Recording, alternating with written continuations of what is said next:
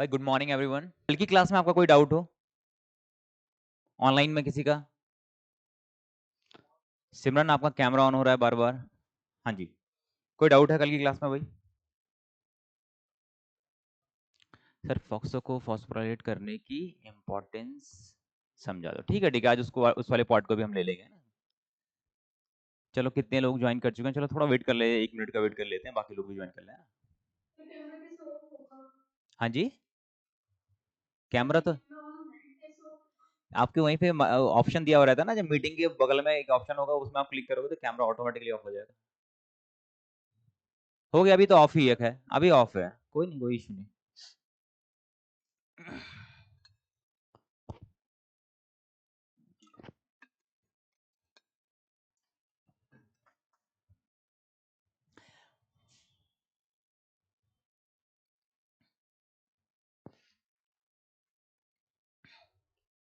चलिए, I think जिन लोगों ने ज्वाइन करना था वो कर चुके हैं। तो देखो आज की क्लास में जो रहने वाला है उसको हम थोड़ा सा रिपीट कर लेंगे, आपका एकेटी और फॉक्सो वाले पार्ट को। कल तो वैसे मोस्टली हमने ओवरऑल तो कर लिया था, बट उसको थोड़ा डिटेल में और देख लेंगे। फिर एमटॉर पाथवे को, एमटॉर किस तरीके से इंपैक्ट करता है इस वाले सिग्नलिंग पाथवे को, है ना। सेकंड, हम कुछ non receptor tyrosine kinase pathway की बात करेंगे, और कुछ हम रिसेप्टर ग्वाइनाइल साइक्लेज की बात करेंगे, जिनके थ्रू क्या आपका साइक्लिक जीएमपी इनिशिएशन हो रहा होगा। साइक्लिक जीएमपी जो आपका क्या है, ग्वाइनाइल साइक्लेज है, वो एक्टिवेट हो रहा होगा कि बाहर से सिग्नल मॉलिक्यूल आया, वो एक्टिवेट कर रहा है आपके ग्वाइनाइल साइक्लेज को। उसी तरीके से क्या नॉन रिसेप्टर, मतलब ये सेम है तो टायरोसिन काइनेज जैसे ही, बट इनके पास वो एबिलिटी या वो प्रॉपर्टी नहीं है कि इनके, बस उस रिसेप्टर के पास खुद के पास वो प्रॉपर्टी नहीं है कि क्या कर सके, वो फॉस्फोराइलेट कर सके। जो एंजाइमेटिक प्रॉपर्टी थी, कैटालिटिक जो सब यूनिट हमने देखी थी किसके केस में, टायरोसिन काइनेज रिसेप्टर के केस में। तो हमने क्या देखा, जो साइटोसोलिक उसका एंड था, सी टर्मिनल एंड, उसमें क्या था, कुछ पोर्शन कैटालिटिक था, जो क्या कर सकता था, फॉस्फोराइलेशन कर सकता था। लेकिन इसके साथ में क्या होगा कि कुछ एसोसिएटेड प्रोटीन की जरूरत पड़ने वाली है, किसमें, आपका नॉन रिसेप्टर जो टायरोसिन काइनेज आपके क्या होने वाले हैं, रिसेप्टर होने वाले हैं। कि बाहर से रिसेप्टर, बाहर से एंजाइम अलग से आएगा, उसके पास वो प्रॉपर्टी होगी, कौन सी वाली, वो कैटालिटिक प्रॉपर्टी, मतलब आपकी फॉस्फोराइलेशन जो प्रॉपर्टी है। ठीक है, चलिए फिर स्टार्ट करें। तो इसके बारे में तो हम लोगों ने कल बात किया था कि किस तरीके से आपका, अगर हम बात कर रहे हैं किसकी, फॉक्सो की बात करें, तो एक आपका ट्रांसक्रिप्शन फैक्टर है, और ट्रांसक्रिप्शन फैक्टर है तो इसका क्या करता है, regulates genes for cell cycle arrest. अभी क्या करता है, जब फॉक्सो आपका एक्टिवेट है तो ये सेल साइकिल को अरेस्ट करने वाला है।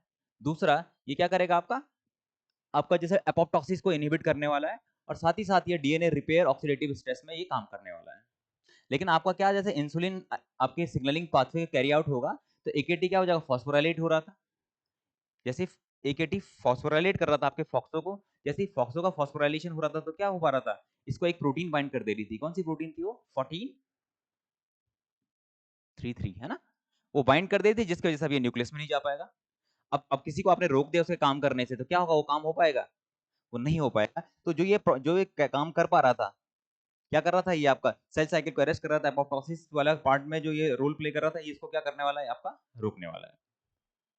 तो इसी सिग्नलिंग पाथवे को हम एक बार देख लेते हैं। कल जो हमने देखा, तो सिंपल सा क्या था, आपके रिसेप्टर प्रेजेंट थे, रिसेप्टर एक्टिवेट हो रहे थे कब, जब आपका सिग्नल मॉलिक्यूल क्या कर रहा था, उसको बाइंड कर रहा था। सिग्नल मॉलिक्यूल ने बाइंड किया तो क्या हो रहा था फिर उसके बाद, जरा कोई बताओ आप में से यार, कल का तो आप रिवाइज करके आए हैं ना, कैसे हो रहा था भाई, क्या स्टेप थे, पहला स्टेप क्या था,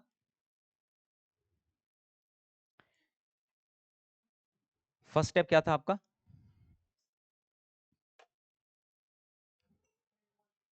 सिग्नल मॉलिक्यूल ने बाइंड किया रिसेप्टर पे।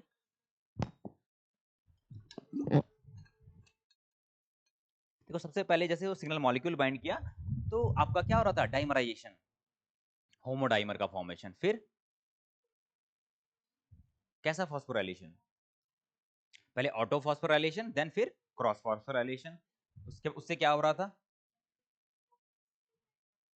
फॉस्फेट ऐड हुआ, डॉकिंग साइड बन रही थी, है ना। डॉकिंग साइड बनते ही उस पर कौन बाइंड कर रहा था, एडेप्टर प्रोटीन। एडेप्टर ने बाइंड किया तो एडेप्टर के पास दो क्या थी, डोमेन थे।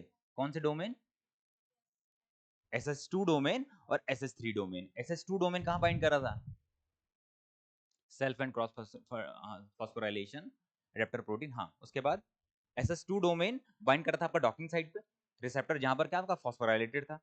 दूसरी तरफ आपके पास कौन सी, SS3 डोमेन, SS3 डोमेन पे क्या था, कहाँ बाइंड कर रहा था वो प्रोटीन के प्रोलीन प्रोलीन रिच साइट में बाइंड कर रहा था ना, जहां पर प्रोलीन आपकी बहुत सारी होगी उस साइड से बाइंड कर रहा था। एग्जांपल एडेप्टर प्रोटीन का, जोर से है, बहुत गलत। एडेप्टर प्रोटीन का क्या एग्जांपल थे? जीआरबी, जीआरबी 2 और आई आईआरएस, इंसुलिन रिसेप्टर सबस्ट्रेट, जो हमने इंसुलिन सिग्नलिंग में पढ़ा था, ये दोनों नहीं थे उसके वो क्या एडेप्टर प्रोटीन। एसओएस नहीं बचे, एसओएस फिर हाँ, अब एसओएस क्या था? एसओएस एग्जांपल नहीं था किसका, एडेप्टर का एग्जांपल तो नहीं था ना, वो किसका एग्जांपल था एसओएस? जीईएफ का, ग्वाइनल एक्सचेंज फैक्टर का, है ना। ऐसे कंफ्यूज हो जाओगे तो फिर प्रॉब्लम नहीं हो जाएगी। जीएफ का एग्जांपल था आपका कौन? एसओएस। तो क्या करता था जीएफ बाइंड कर जाता था किसके साथ में? आपका एडेप्टर प्रोटीन के साथ में। कौन सी डोमेन से? SS3 डोमेन से बाइंड करने के बाद उसके पास क्या होगा? एक्टिवेटेड हो रहा था। तब वो किसको एक्टिवेट कर रहा था? स्मॉल जी प्रोटीन को, याद है? स्मॉल जी प्रोटीन एक्टिविटी, उसका नाम रास। याद आ रहा है नहीं आ रहा है? रास एक्टिवेट हुई, देन रास जीडीपी फॉर्म में थी पहले, तो जीडीपी थी तो इनएक्टिव रहेगी। जैसे ही क्या होगा, अब जीईएफ क्या करेगा? उसको एक्सचेंज करवा देगा।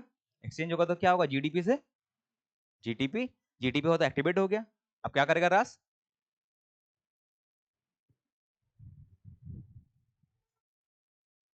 अब बताओ यार क्या हो रहा है ये? हम्म, वो मैक ईआर के आ गया ना याद? आप लोग बिल्कुल यार, आप बोल रहे हो हम रिवाइज करके गए हैं, बट आपको ध्यान नहीं रह रहा है। जी प्रोटीन रास रैफ गेट एक्टिवेट, हाँ बहुत सही।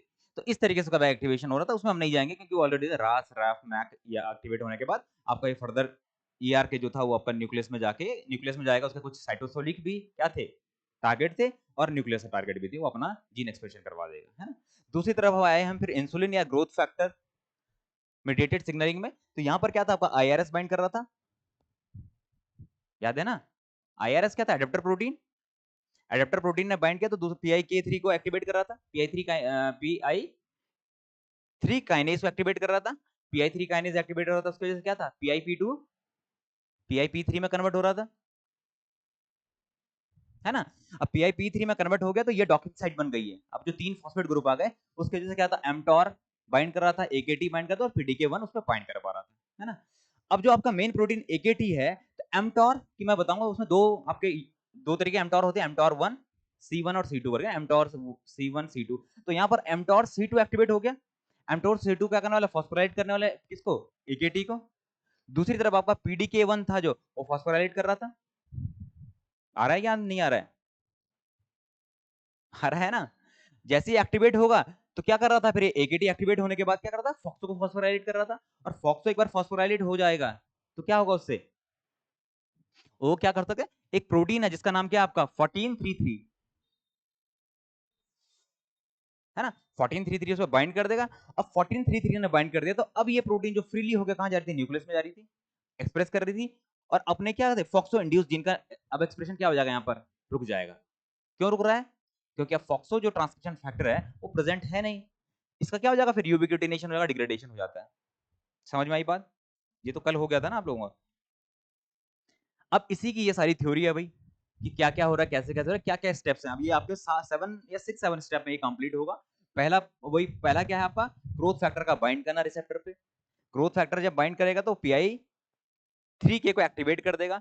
PI3K एक्टिवेट होगा तो PIP2 को PIP3 में कन्वर्ट कर देगा। PIP3 में कन्वर्ट हो गया तो आपका PDK1 फॉस्फोराइलेट। अब ये पोजीशन भी दी हुई है, ये भी आप लोगों ने याद रखना, जैसे थ्रेओनिन 308 पे क्या कर रहा है? ये आपका फॉस्फोराइलेशन कर रहा है, क्योंकि ये क्या होगा? सेरीन थ्रेओनिन काइनेज होगा। दूसरा mTOR इसको कौन सी पोजीशन में कर रहा है? आपका 473 पोजीशन में फॉस्फोराइलेट कर रहा है, जिसकी वजह से आपका क्या हो गया? AKT का एक्टिवेशन हो गया। AKT एक्टिवेट हो गया तो ये क्या करेगा? फॉक्सो को फॉस्फोराइलेट कर देगा। फॉक्सो फॉस्फोराइलेट हो गया, अब उसकी वजह से क्या होगा? सेल साइकिल आपका अरेस्ट हो गया, आपका एपोप्टोसिस अरेस्ट हो जाएगा, और स्ट्रेस रेजिस्टेंट हो जाएगा। किसकी वजह से? क्योंकि अब फॉक्सो काम कर नहीं रहा है। अगर फॉक्सो होता तो क्या हो जाता? वहां पे सेल साइकिल कंटिन्यू, मतलब प्रोलिफरेशन हो रहा होता, एपोप्टोसिस हो रही होती, और ये काम हो रहा था। नहीं नहीं सॉरी, उल्टा हो रहा है, ये ना। फॉक्सोप्रोटीन क्या है? Are a transcription factor for that normally localize to the nucleus and promote transcription of genes for. ये क्या करता है? फॉक्सो आपका क्या करवा रहेगा? सेल साइकिल को अरेस्ट कराने में काम कर रहा है, आपका एपोप्टोसिस करवाने में काम कर रहा है और स्ट्रेस रेजिस्टेंस में हेल्प कर रहा है। लेकिन अगर फॉक्सो इनहिबिट हो जाए तो क्या होगा उस सिचुएशन में? ये चीजें नहीं हो पाएंगी। फिर आपका एक्टिव जो एकेटी एक्टिवेट एक्टिव होगा वो फॉस्फोराइलेट कर देगा किसको? आपको फॉक्सो को। उसके बाद आपका क्या है? 14-3-3 एक प्रोटीन है, वो बाइंड कर जाएगी किसको? फॉक्सो को बाइंड कर जाएगी, जिसकी वजह से क्या है? ये न्यूक्लियस में एंट्री नहीं ले पाएगा। एंट्री नहीं ले पाएगा तो क्या नहीं हो पाएगा? उन जीन का ट्रांसक्रिप्शन नहीं होगा। अब जीन का ट्रांसक्रिप्शन नहीं होगा तो उसका क्या इंपैक्ट आना है? When AKT is active, FOXO is inhibited, cell survival, proliferation and growth are promoted. अब जो फॉक्सो का काम क्या था? फॉक्सो का काम था आपका सेल साइकिल को रोकना P27 के थ्रू, आपका बिम और ये फास्ट लिगेंड के थ्रू क्या करना था? उसका एपोप्टोसिस काम था और स्ट्रेस में रेजिस्टेंट ये प्रोवाइड कर रहा था। अब जब फॉक्सो कैसे कर रहा था? क्योंकि इनसे रिलेटेड जीन का एक्सप्रेशन करवा रहा था। अब ये जीन का एक्सप्रेशन नहीं होगा तो उसकी वजह से क्या आने वाला है? यहाँ पर क्या हो जाएगा आपका? आपकी सर्वाइवल, प्रोलिफरेशन और ग्रोथ क्या हो जाएगी? आपकी प्रमोट हो जाएगी। उसका उल्टा हो जाएगा ना, जो काम वो कर रहा था वो नहीं कर पाएगा तो उसके उल्टे वाला काम शुरू हो गया। जैसे मतलब यहाँ पर क्या, सेल आपकी सर्वाइव कर जाएगी, प्रोलिफरेट कर जाएगी और आपके ग्रोथ क्या होगा? उसका प्रमोट रहेगी। दूसरा, व्हेन एकेटी इज इनएक्टिव, आपका क्या हो जाएगा? ये फॉक्सो आपका एंटर न्यूक्लियस में एंटर कर जाएगा और ये चीजें आपकी क्या हो जाएंगी? कैरी आउट हो जाएंगी। तीसरी अगर बात करें तो इसकी वजह से क्या है कि कैंसर होने के चांसेस भी हैं। अब कुछ चीज अगर मान लीजिए आपको ग्रोथ करवा रही है ना, मतलब कोई जीन है जो आपके ग्रोथ करवा रहे हैं, जैसे मतलब फॉक्सो की बात करें, फॉक्सो कर क्या रहा है कि रोक रहा है साइकिल को। बट अगर आपका जो ये है कौन सा वाला एकेटी अगर एक्टिवेट हो जाए, मतलब नॉर्मल तो एक्टिव है वो कब? जब आपका ग्रोथ हार्मोन या आपका क्या हुआ, इंसुलिन सिग्नलिंग हो रही है, तभी एक्टिव है। मान लीजिए बिना उसके एक्टिव हो जाए, गेन ऑफ फंक्शन आ जाए किसमें? एकेटी में, तो क्या सिचुएशन बन जाएगी?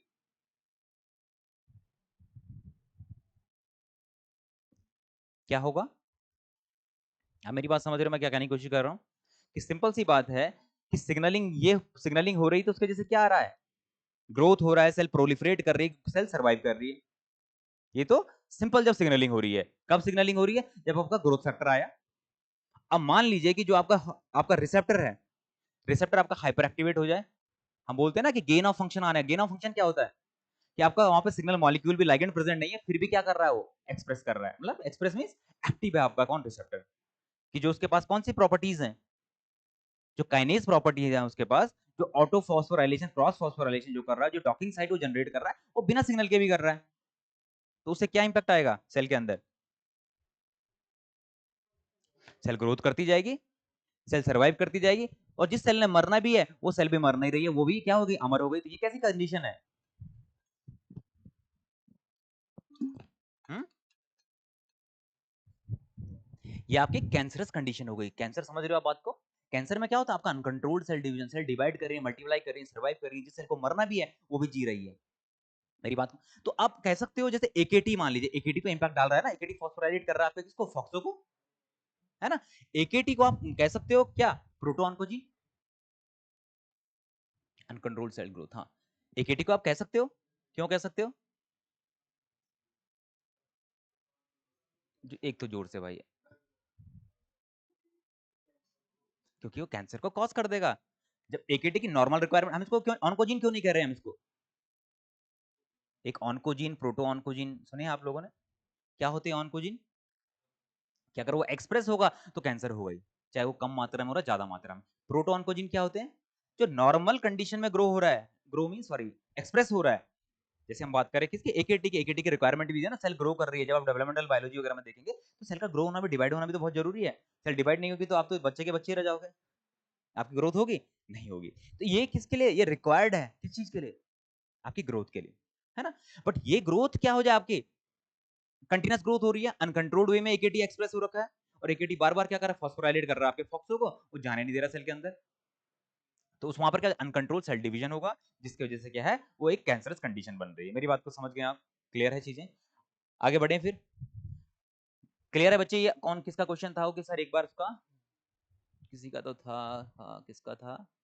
साइड में कर रहा है। मुस्कान, आपको समझ में आया? तो ये कंडीशन है भाई, ये फॉक्सो की। नॉर्मल केस में क्या है? वो कोशिश कर रहा है कि सेल को रोके रखे, अरेस्ट करके रख रहा है। सेल को डिवाइड होने से रोक रहा है, एपोप्टोसिस में भेज रहा है। पर फॉक्सो हटेगा तो सेल डिवाइड भी कर रही है, ग्रो भी कर रही है और एपोप्टोसिस में भी नहीं जा रही है। ये थोड़ा सा दोनों में क्या है, कॉन्ट्रडिक्शन हो गई ना। अब देख लिए क्या होगा कि भाई जब तक तो रिसेप्टर प्रेजेंट है, सॉरी जब तक कि सिग्नल मॉलिक्यूल प्रेजेंट है, तो ये क्या कर रहा है, उसको फॉक्सो को क्या फॉस्फोराइलेट करके रख रहा है और जाने नहीं दे रहा है। बट अब मान लीजिए अब इंसुलिन का एक टाइम के सिग्नलिंग क्या रेगुलेटेड है ना, आया अपने आप चला गया। अब जैसे ही ये जाएगा तो कोशिश किया जाएगा, देखो वैसे तो जैसे इनका फॉस्फोराइलेशन होगा मोस्टली तो डिग्रेडेशन में चले जाएंगे, किसमें, यूबिक्विटिनेशन करके उनका डिग्रेड हो जाएंगे। लेकिन कुछ का क्या है कि ये आपकी कैसी प्रोसेस है, रिवर्सिबल प्रोसेस भी है, कि अब जैसे रिसेप्टर मॉलिक्यूल सिग्नल मॉलिक्यूल हटेगा तो वापस जो आपका कौन सा था फॉस्फोराइलेटेड फॉक्सो था वो आपका नॉर्मल फॉक्सो में कन्वर्ट होगा। उसके लिए एक एंजाइम जरूरत होता है आपका क्या है आपका फॉस्फो प्रोटीन फॉस्फेटेज। फॉस्फेटेज क्या करता है आपका, थोड़ा एंजाइम के बारे में आपको आइडिया होना चाहिए ना, जैसे kinase addition of phosphate group, phosphatase क्या कर देगा, रिमूवल ऑफ फॉस्फेट ग्रुप, है ना। अभी रिमूव कर देगा फॉस्फेट ग्रुप को तो फिर नॉर्मल फॉक्सो बन गया। अब इसमें ये बाइंड नहीं कर पाएगा, कौन, क्या था उसका नाम, प्रोटीन का नाम 1433 बाइंड नहीं कर पाएगा, और जब 1433 बाइंड नहीं कर पाएगा तो न्यूक्लियस में मूव नहीं कर पाएगा। समझ गए बात को, क्लियर है चीजें भाई, कोई कंफ्यूजन तो नहीं हो रहा है। अब ऐसा भी क्या होता होगा कि फॉक्सो ने बाइंड कर दिया, फॉक्सो पे आपकी कोई प्रोटीन बाइंड कर दी 1433, ये मूव नहीं कर रहा न्यूक्लियस के अंदर, क्या कारण हो सकते हैं, कई सारे कारण हो सकते हैं। ये जो आपका एनएलएस मैंने लास्ट टाइम बताया ना कि पासपोर्ट वीजा लगता है कि कहीं दूसरी कंट्री में, तो न्यूक्लियर लोकलाइजेशन सिग्नल आपके अंदर की तरफ इन्वेड हो जाए, मतलब दिख नहीं रहे हो, तो क्या वो एंटर कर पाएगा न्यूक्लियस में, नहीं कर पाएगा, क्योंकि बहुत जरूरी है क्या होना, पासपोर्ट होना, अगर किसी दूसरी देश में जाना है या दूसरी जगह पे जाना है, इसको भी तो साइटोसोल से न्यूक्लियस में जाना है, एक कारण ये हो गया। दूसरा वो जो डाइमराइजेशन हो रहा है, इतना बड़ा स्ट्रक्चर ही हो जाए कि वो मूव ना कर पाए उसके अंदर। क्लियर है चीजें भाई, आप लोगों को क्लियर है, ऑनलाइन में आप बता दीजिए, फिर हम आगे बढ़े एमटॉर पाथवे पे।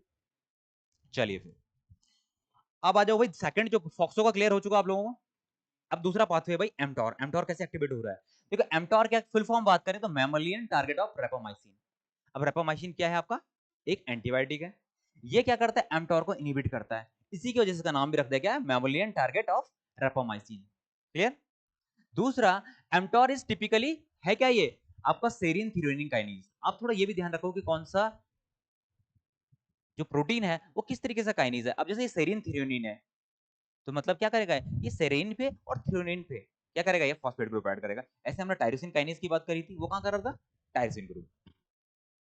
अब एक्टिवेशन की बात करें, जैसे ग्रोथ फैक्टर हो गए आपके, लाइक इंसुलिन की बात करें तो सेम पाथवे हुए चलेगा, PI3 के एक्टिवेट होगा, AKT को एक्टिवेट कर देगा और एक्टिवेट्स ऑफ एमटॉर। अब देखा आपने एमटॉर 2 क्या कर रहा था वहां पर, देखिए ना एमटॉर 1 और एमटॉर 2, जैसे हम एमटॉर C2 करके था वहां पे मेंशन था, तो दो तरह के एमटॉर होते हैं, यहाँ लिखा हुआ है कहीं पे, हाँ देखो एमटॉर C1 और एमटॉर C2 की बात हो रही है। तो एमटॉर जो आपका कौन है, C1 है और C2 है। C2 क्या कर रहा है, हेल्प कर रहा है किसमें, AKT के एक्टिवेशन में। याद आ रहा है कुछ, था ना वहां पे वो प्रेजेंट, तो वो क्या कर रहा है, फॉस्फोराइलेशन कर रहा है किसका, AKT का, एमटॉर C2। अब देखिए क्या हो रहा है दूसरा, एमटॉर जब AKT एक्टिवेट हो जाता है तो ये क्या करता है आपका, एमटॉर को एक्टिवेट करता है, कौन सा लेके C1 को, यहाँ पे मैं मेंशन भी कर दूं तो ज्यादा बेटर रहेगा, C1। जो इसकी दो तरीके के ना C1 C2 है, तो C1 को क्या कर रहा है, एक्टिवेट कर रहा है। दूसरी चीज और देखिए आप, जो रेपामाइसिन है आपका जो एंटीबायोटिक है, वो इनहिबिट कर रहा है आपके किसको, एमटॉर C1 को। कैसे कर रहा है आगे मैं बता दूंगा आपको, मेरी बात को समझिए, थोड़ा चीजें याद रखने वाली है। कहानी क्या हो रही है, एक्टिवेशन सेम होगा, ग्रोथ फैक्टर या इंसुलिन आपका बाइंड करेगा अपने रिसेप्टर पे, सेम पाथवे एक्टिवेट होगा, और एमटॉर C2 जो है वो फॉस्फोराइलेट कर रहा था आपके किसको, AKT को, और PIK1 था आई थिंक, वो फॉस्फोराइलेट कर रहे हैं, AKT एक्टिवेट हो रहा था। अब जब AKT एक्टिवेट हो रहा है तो ये एक्टिवेटेड AKT क्या करता है आपका, एमटॉर C1 का एक्टिवेशन कर रहा है। आगे हम फिगर में देख लेंगे उसको ना, डायग्राम में आपको अब ये क्या करता है, इसका फंक्शन की बात करते हैं, प्रमोट सेल ग्रोथ को, सेल ग्रोथ एंड सर्वाइवल। क्यों ग्रोथ, देखिए आप समझ लीजिए जितने भी आपका क्या है ग्रोथ फैक्टर होगा, दूसरा आपका इंसुलिन होगा, वो क्या सिग्नल दे रहे हैं सेल को, इशारा करना ही तो है ना सेल को कि भाई इंसुलिन का मतलब क्या है, कि ग्लूकोज मॉलिक्यूल बाहर बड़ा बड़ा है, दैट मींस खाने की पूरी व्यवस्था है, तो क्या होना है, अब सेल आराम से ग्रो करो। तो जितना भी चाहे एमटॉर हो, जो ये वाला पाथवे है, ये ओवरऑल इसका काम क्या है कि सेल को ग्रोथ करवाना, सेल डिवाइड करवाना, सेल को प्रोलिफरेट करवाना, सेल को मरने से बचाना, ऑटोफेगिक में सेल को ना जाने देना। क्लियर। अब देखो इसका प्रमोट करेगा सेल ग्रोथ को, डिवीजन को और सर्वाइवल को, स्टिमुलेट करेगा ये प्रोटीन सिंथेसिस, क्योंकि अगर नई सेल बननी है उसके लिए क्या चाहिए होगी, प्रोटीन की जरूरत होगी। दूसरा, ये इनहिबिट कर देगा ऑटोफेगी को। तीसरा, ये rapamycin inhibits mTOR1 blocking growth and protein synthesis. कि आप mTOR को अगर टारगेट करोगे, mTOR कौन सा C1, हम रेपामाइसिन दे रहे हैं तो ये इनहिबिट हो जाएगा। अब इनहिबिट हो जाएगा तो इसकी सिग्नलिंग इनहिबिट हो जाएगी, इसकी सिग्नलिंग इनहिबिट हो जाएगी तो क्या ग्रो कर पाएगा? नहीं कर पाएगा। ऐसे इसका फिजियोलॉजिकल की रोल की बात करें तो integrates nutrients, energy and growth signalling to regulate the metabolic और सेल फेट में ये हेल्प करने वाला है। तो ओवरऑल हम क्या समझे इस स्लाइड से कि जो mTOR प्रोटीन है वो एक्टिवेट हो रही है किसके थ्रू? AKT के थ्रू, mTOR C1, और ये रेपामाइसिन का टारगेट भी है। क्लियर है? अब बात कर लेते हैं भाई सिग्नलिंग की। सिग्नलिंग देखिए इस तरीके से हो रही है, वही सेम कहानी रहेगी कि AKT का एक्टिवेशन होना, AKT वहां फॉक्सो को भी एक्टिवेट कर रहा था, ऐसा नहीं कि वो अलग जगह हो रही हो। मेरी बात को एक चीज समझना, एक सेल है, सेल के अंदर ही आपका क्या है? फॉक्सो भी प्रेजेंट है, सेल के अंदर ही आपका क्या प्रेजेंट है? mTOR C1 प्रेजेंट है। तो एक तरफ इसने AKT ने क्या, इसका मतलब ये दूसरा टारगेट है उसका, किसका? AKT का। एक तरफ तो फॉक्सो को फॉस्फोराइलेट कर रहा है, दूसरी तरफ वो क्या कर रहा है? AKT आपका क्या इनहिबिट कर रहा है? आपका TSC को। समझ रहे हैं बात को? TSC जब इनहिबिट हो रहा है तो TSC करता क्या है? आगे देखिए आप, TSC क्या करता है? RHB को क्या करता है? इनहिबिट करके रखता है ना? और RHB का क्या काम था? RHB mTOR को क्या करता था? एक्टिवेट करता था। सिग्नलिंग समझ रहे हो ना कि जो काम कर रहा है अगर मैं उसको रोक दूं क्या वो काम हो पाएगा? नहीं हो पाएगा। मतलब सिग्नलिंग का सिंपल सा फंडा वही है कि मैं अगर कोई आदमी कोई काम कर रहा है मैं उसको रोक दूं तो काम नहीं हो पाएगा, है ना? तो यहां पर देखो आप क्या था, RHB का काम क्या था? mTOR को एक्टिवेट करना। लेकिन अगर किसने RHB को रोक दिया तो क्या mTOR एक्टिवेट होगा? नहीं होगा। फंडा समझ रहे हो ना? ऐसे ही होता है। अब यहां से देखते हैं हम लोग, AKT आया, AKT इनहिबिट कर रहा है आपका TSC को, है ना? और TSC क्या करता था? आपके RHB को इनहिबिट करके रखता था। तो अब सोचिए आपने TSC को इनहिबिट कर दिया तो दैट मींस अब क्या होगा? RHB इनहिबिट हो पाएगा? होगा नहीं होगा? यस और नो? ऐसे समझ में नहीं आ रहा मुझे, हाँ बोल रहे हो ना बोल रहे हो? क्योंकि सिंपल सी बात है ना कि AKT ने इसको इनहिबिट किया, TSC इनहिबिट हो गया, तो TSC जो काम करता था वो काम नहीं कर पाएगा। तो TSC का काम क्या था? RHB को इनहिबिट करना। अब RHB को जब इनहिबिट नहीं कर पाएगा तो RHB अपना काम करेगा, और RHB का काम क्या है? mTOR को एक्टिवेट करना। मेरी बात को समझ, यहां तो कोई कंफ्यूजन तो नहीं हो रहा आपको? क्लियर है चीज? अब आपका mTOR क्या एक्टिव हो गया। अब mTOR को जब एक्टिव हो रहा है तो ये क्या करता है? ऑटोफेगी को इनहिबिट कर देता है। दूसरा ये क्या करता है आपका कि ये ट्रांसलेशन करवाएगा कुछ प्रोटीन का जो ग्रोथ में हेल्प करने वाले हैं। मेरी बात को समझे? कोई कंफ्यूजन तो नहीं हो रहा भाई? नहीं होगा, बहुत बढ़िया। ये समझ गए आप बात को? ये सिचुएशन समझ रहे हो आप? दूसरा हमने बोला रेपामाइसिन क्या करता है? इनहिबिट कर रहा था। अब रेपामाइसिन क्या करता है? एक प्रोटीन के साथ में बाइंड कर जाता है ये, जिसका नाम है FKBP12। जब इसके साथ में बाइंड कर जाएगा ये इनहिबिट कर देता है mTOR को। तो काम कैसा हो गया इसका? इसका काम हो नहीं होगा TSC की तरह। अब ये इनहिबिट हो जाएगा तो जो ऑटोफेगी जा रही थी वो रुक जाएगी, जो सेल की ग्रोथ के लिए जीन का एक्सप्रेशन है वो रुक जाएंगे। क्लियर? ये चीज क्लियर है भाई? यहां पर कोई कंफ्यूजन? सही है ना? अब दूसरी चीज समझ लीजिए कि एक और चीज mTOR को एक और चीज इनहिबिट करती है। कौन इनहिबिट कर रहा है? कि जब आपका क्या होगा? लो अमाइनो एसिड्स होंगे, और यहां कहीं और भी होगा, या फिर आपका लो एनर्जी लेवल होगा। अब एनर्जी लेवल कब कम होगा? अब चीजों को कोरिलेट करके चलना ना, मतलब ये एक सिग्नलिंग को अलग से मत समझना कि सिग्नलिंग के पीछे का आप क्या बैकग्राउंड जानने की कोशिश करो। देखो लो एनर्जी का मतलब क्या होगा? जोर से जोर से, क्या होगा? एटीपी कम होगा। एटीपी कम होगा, क्यों कम है? क्योंकि वहां पर क्या नहीं प्रेजेंट है? ग्लूकोज प्रेजेंट नहीं होगा ना। अब ग्लूकोज प्रेजेंट नहीं है तो क्या यहां पर सिग्नलिंग ग्रोथ करने की जरूरत है? नहीं है। तो आप देखिए कि लो एनर्जी मतलब दैट मींस वहां पे एनर्जी कम नहीं, कि ग्रोथ फैक्टर बाइंड भी कर दिया मान लीजिए, लेकिन वहां एनर्जी है ही नहीं। एनर्जी नहीं है तो उसने क्या कर दिया? ये टीसीएस को ये कितने इनहिबिट करे? वो टीएससी को एक्टिवेट करके रखेगा। अब टीएससी एक्टिवेट होगा तो mTOR एक्टिवेट नहीं हो पाएगा। एक बात समझ गए? ये क्लियर है चीज? कंफ्यूज मत होना भाई, क्योंकि ये क्या है, समझने वाली चीज। यहां समझ गए तो आपकी पूरी सिग्नलिंग आपकी क्या हो जाएगी? क्लियर हो जाएगी।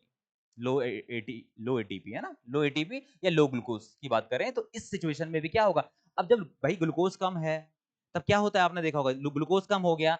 दूसरा जब अमाइनो एसिड्स कम है, समझ रहे हो ना? अमाइनो एसिड क्या है? Building blocks. प्रोटीन बनाने का काम कौन कर रहा है? अमाइनो एसिड से बन रहा है। अब ये कम है, कौन? अमाइनो एसिड्स कम है, तो क्या नई सेल बन पाएगी?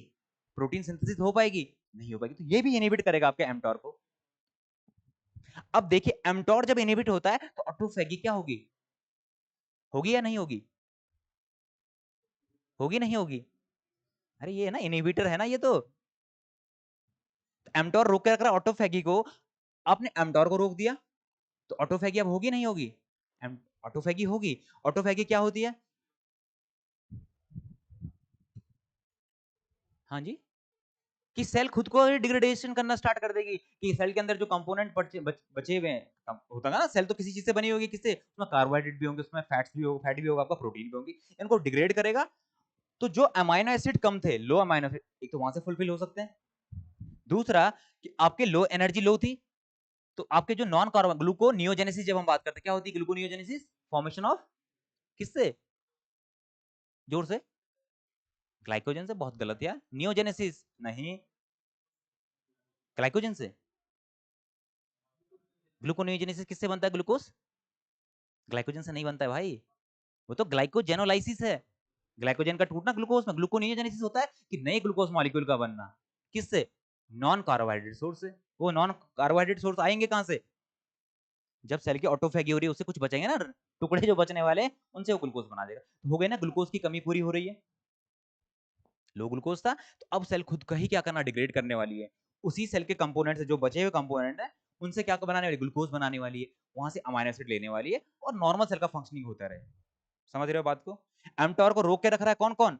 लो amino acid, low energy level अगर है तो ये रोक के रखेंगे, ऑटोफेगी को नहीं होने देंगे, आपके प्रोटीन सिंथेसिस को रोक के रख रहे हैं। लेकिन जैसे आपका क्या है कि enormous plenty of glucose present है, आपके रिसोर्सेज पूरे हैं, तो ग्रोथ फैक्टर बाइंड करेगा। ग्रोथ फैक्टर होता है इंसुलिन, उसका बाइंड करेगा और एमटॉर एक्टिवेट हो जाएगा। एमटॉर एक्टिवेट कैसे को, ये आप समझो नहीं समझोगे, बताओ मुझे। समझ गए भाई? मतलब समझ रहे हो, बैकग्राउंड समझ जाओगे तो आपको क्या लगना है, formation of glucose from non carbohydrate sources. ये बहुत सही है, मेरी बात समझ में आई आपको? अब क्या कि आपको बैकग्राउंड भी पता चल गया भाई, कि कब ग्रोथ होनी कब ग्रोथ नहीं होनी। अब फॉक्सो कब एक्टिवेट होगा? फॉक्सो क्या करवाता है? सप्रेस करता है। समझ रहे हो ना बात को? तो इसलिए क्या है, अब जब ग्रोथ हार्मोन जो आएंगे या फिर ग्रोथ जो आपके फैक्टर्स हैं, वो क्या करेंगे, सप्रेस करेंगे किस चीज को? फॉक्सो को। तभी तो ग्रोथ हो पाएगी। समझ गए आपका पूरी कहानी भाई? ग्रोथ हार्मोन की, ग्रोथ हार्मोन ने जो सिग्नल्स हैं, क्या इंसुलिन सिग्नलिंग होगी आपकी और ग्रोथ सिग्नल हो गए आपके, ये सारे क्या करेंगे, जो भी सिग्नलिंग मॉलिक्यूल, ये जो भी प्रोटीन क्या करेगा, सेल की ग्रोथ को होने से रोक रहा होगा, उसको ये इनहिबिट कर देंगे। क्लियर? एमटॉर क्या करता है, ग्रोथ को प्रमोट करता है, ऑटोफेगी को रोक रहा है। क्लियर है आप लोगों को ये चीज भाई? तो कंफ्यूजन तो नहीं हो रहा है? अब जो चीजें हैं, अब ये सिग्नलिंग तो समझ गए ना आप बात को। एकेटी एक्टिवेट हो रहा था, कैसे एक्टिवेट हो रहा था, एमटॉर C2 एक्टिवेट कर रहा, फॉस्फोराइलेट कर रहा था। अब पोजीशन देख लेना, पोजीशन मुझे ध्यान में नहीं है, मेंशन है उसमें नोट्स में। तो इसने इसको फॉस्फोराइलेट कर दिया और PDK1 ने फॉस्फोराइलेट कर दिया। जैसे इन्होंने फॉस्फोराइलेट किया, आपका एकेटी आपका क्या मूव करके TSC को इनहिबिट कर देगा। TSC इनहिबिट होगा तो आपका रे भी एक्टिवेट होगा, रे भी एक्टिवेट होगा तो आपका एमटॉर एक्टिवेट कर देगा। एमटॉर जैसे एक्टिवेट होगा तो आपका ट्रांसलेशन या ट्रांसक्रिप्शन वो करवा देगा। साथ ही साथ वो ऑटोफेगी को रोक दे रहा है। ऑटोफेगी में एपोप्टोसिस को रोक दे रहा है। एपोप्टोसिस में बताता हूं फिर कैसे वो रोक रहा है। अब ये देख ले बच्चों, क्या है ये पाथवे का क्या है पूरा राइट अप है।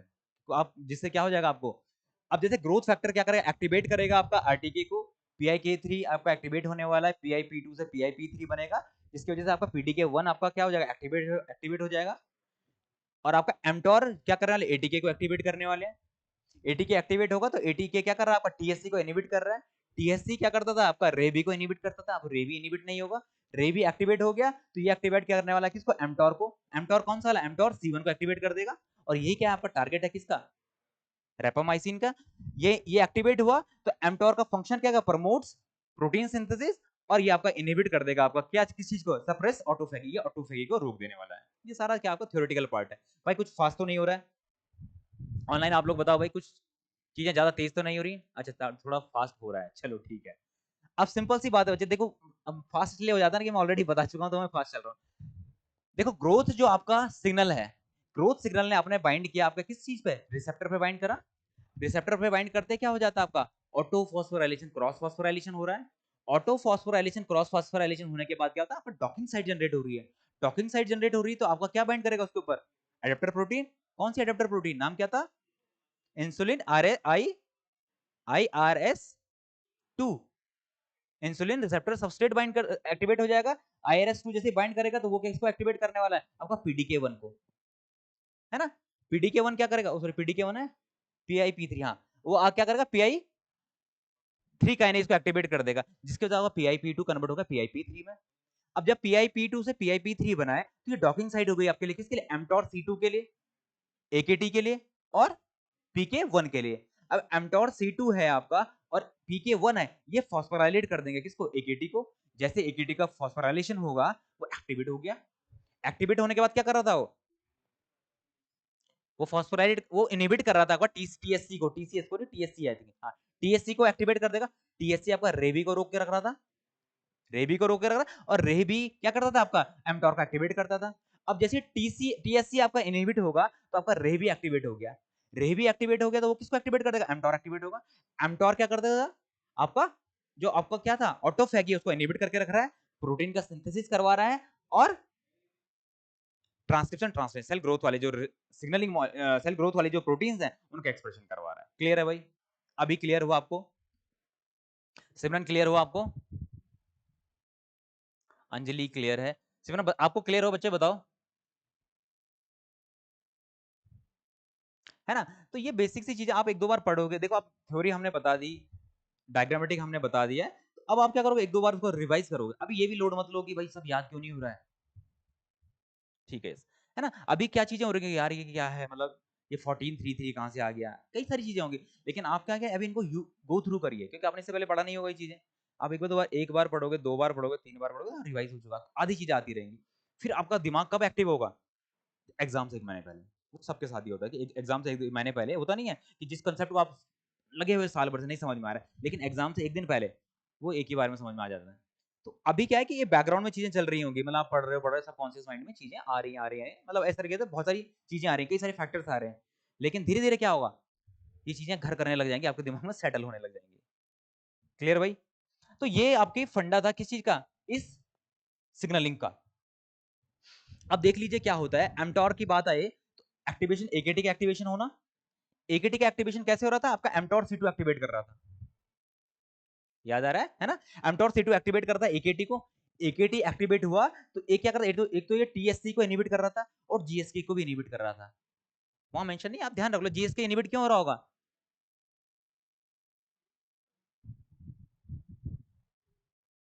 जोर से, GSK करता क्या था, GSK3 ग्लाइकोजन सिंथेस काइनेज 3, क्या करता था ये, ग्लाइकोजन सिंथेस को क्या करता है, इनहिबिट करके रखता था ना।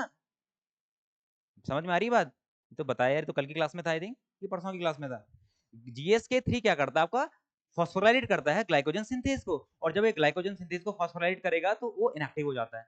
लेकिन अभी क्या है, इंसुलिन का सिग्नल आया है, क्या बता रहा है वो, दैट मींस ग्लूकोज बहुत ज्यादा है, तो क्या करेगा वो, ग्लाइकोजन बनवाएगा, नहीं बनवाएगा, कि जब बुरा वक्त आए तो एक ग्लाइकोजन हम यूज कर सके।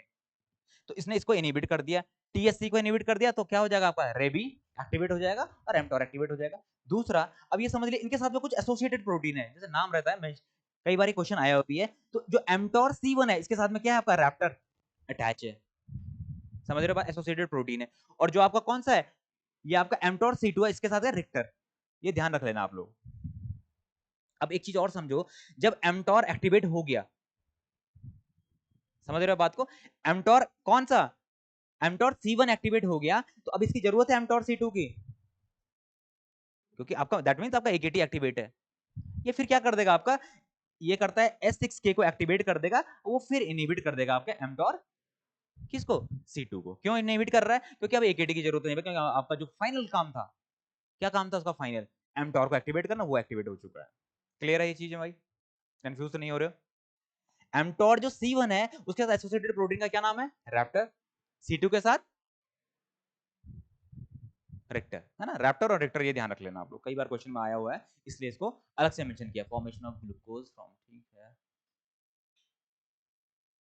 हाँ फॉस्फोराइड करता है ग्लाइकोजन सिंथेस को। अब देखिए भाई, अब हमने बात करी थी किसके बारे में, कि ये ऑटोफेगी को भी रोक रहा है। ऑटोफेगी मींस होगा क्या आपका, एपोप्टोसिस, एपोप्टोसिस दो ना, सेल की कंट्रोल्ड वे में सेल डेथ होना। तो अब ये कैसे करता है वो देखिए आप, अब देखिए आपका जो बैड और BCL2 थोड़ा है आप लोगों को ध्यान, क्या है ये बैड और BCL2?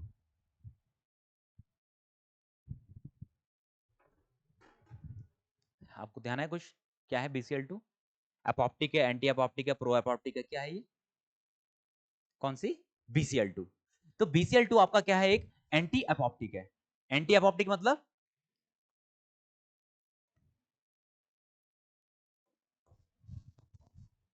क्या होगा? मतलब एंटी मतलब अगेंस्ट। तो ये क्या नहीं करने देगा? ये अपोप्टोसिस नहीं होने देगा।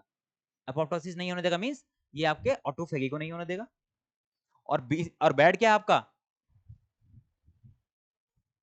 Pro apoptotic. प्रो।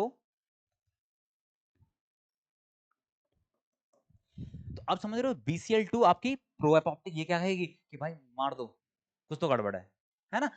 और BCL2 क्या है आपका? एंटी अपॉप्टिक। ये कह रहा नहीं रुको यार, इसको समझने का मौका दो। तो ये चलता रहता है किसके अंदर? सेल के अंदर ही चल रहा है। अब क्या होता है कि आपका जैसे ही इनका एक्टिवेशन होना, कैसे? आपका जैसे AKT एक्टिवेट होगा,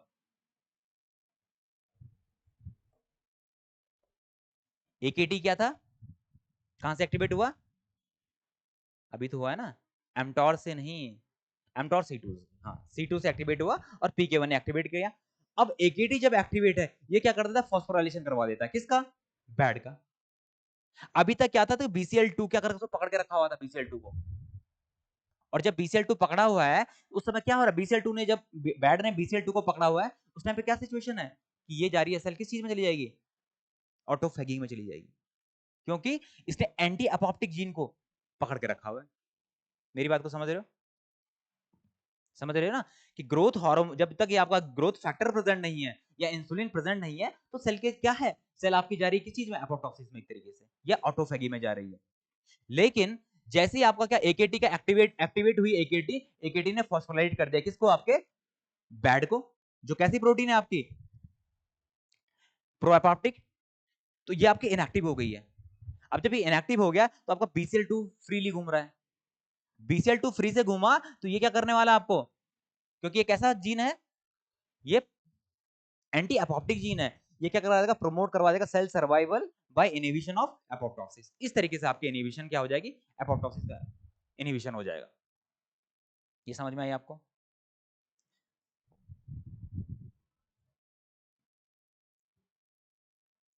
चलिए एक बार और बताते हैं भाई आपको। देखो जब नॉर्मल है, जब आपका AKT इनएक्टिवेट है, AKT कब इनएक्टिवेट होगा? जब आपका ग्रोथ सिग्नल प्रेजेंट नहीं होगा। ग्रोथ सिग्नल नहीं प्रेजेंट है तो आपका बैड और ये आपका BCL2 है, इसलिए BCL2 को इनएक्टिव करके रख रहा है। अब जब BCL2 इनएक्टिव है तो सेल का क्या फेट है? सेल एपोप्टोसिस में जा रही है, ऑटोफेगी में जा रही है। अब कई सारे वो हैं, जब हम ऑटोफेगी या जब हम एपोप्टोसिस पढ़ रहे हैं वहां हम इसको ज्यादा क्लियर वे में बताऊंगा। बट अभी आप बेसिक से समझ लीजिए कि जब ये दोनों आपस में जुड़े हुए हैं, कौन? आपका एंटी एपोप्टिक और प्रो एपोप्टिक। ये समझ लीजिए प्रो एपोप्टिक BCL2 को पकड़ के रख रही है। कब? जब तक सिग्नल मॉलिक्यूल नहीं है। और जब ये सिग्नल मॉलिक्यूल नहीं है तो इस केस में सेल क्या हो रही है? सेल जा रही है आपके ऑटोफेगी में।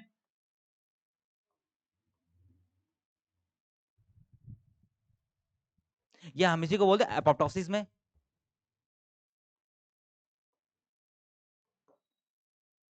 क्योंकि यहां पर क्या आपका जो जो एंटी अपोप्टिक है वो रोक रखा है।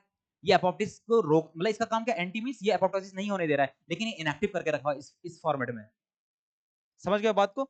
और जैसे ही आपका AKT एक्टिवेट होता है तो ये फॉस्फोराइलेट कर देगा बैड को। बैड जैसे ही फॉस्फोराइलेट होता है ये इनएक्टिव हो जाता है बैड। बैड इनएक्टिव होता है तो BCL2 फ्री। BCL2 फ्री हो जाएगा तो BCL2 क्या है आपका? एंटी अपोप्टिक है, मतलब ये अपोप्टोसिस को होने नहीं देगा। तो सेल क्या करेगा? यहाँ पर promote cell survival by inhibition of apoptosis. ये इनहिबिशन कर देगा इसको, उसको क्या बोलते हैं इसका? एपोप्टोसिस को। अभी क्लियर है? भाई ऑनलाइन में कौन था? मीना जी आपको क्लियर है ये अभी?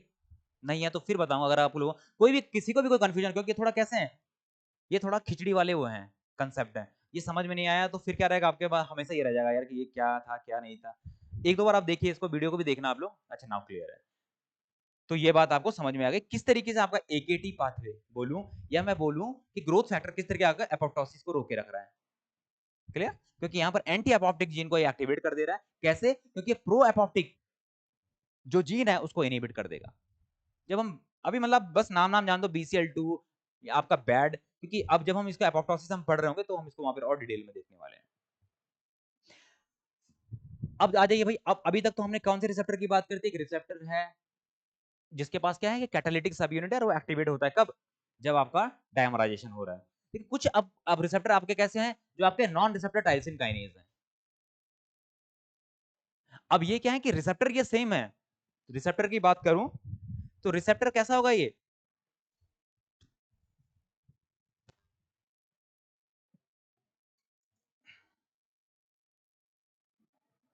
रिसेप्टर ये बिल्कुल उसकी तरह ही है दिखने वाले। किसकी तरह? टायरोसिन काइनेज की तरह, आरटीके रिसेप्टर की तरह ही है। इसके पास भी क्या होगा? एक सी टर्मिनल होगा, एक इसके पास एन टर्मिनल होने वाला है। सॉरी, इसके पास एक एन टर्मिनल होने वाला और एक सी टर्मिनल होना जैसे इसके पास था। इसके पास भी क्या होगा? एक लाइगेंड बाइंडिंग साइड होगी।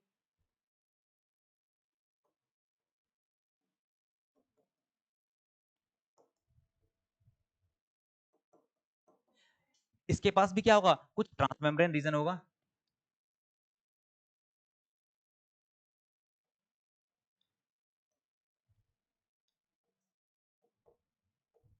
है ना? और इसके पास भी कुछ ऐसे होंगे, कुछ टायरोसिन रेसिड्यूज होंगे। किसके अंदर? इसके साइटोसोलिक फेज में। लेकिन इसमें और उसमें क्या डिफरेंस था कि आपके जो टायरोसिन रिसेप्टर था, इसी को हम आगे ले लेते हैं और यहीं पे हम दूसरा बना लें।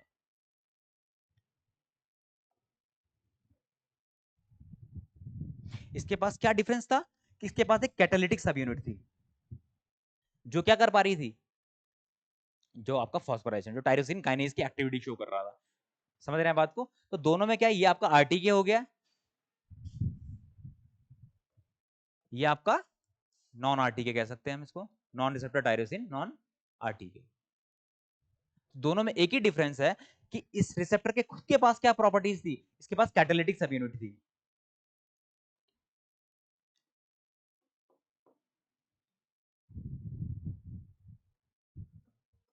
और इसके पास वो कैटालिटिक सब यूनिट नहीं है। इसके पास क्या होगा कि कुछ बाहर से ऐसी कुछ प्रोटीन्स आएंगी जिसका हम बोलते हैं जैक स्टैट की, जब हम बात कर रहे होंगे तो इसके पास क्या होनी है?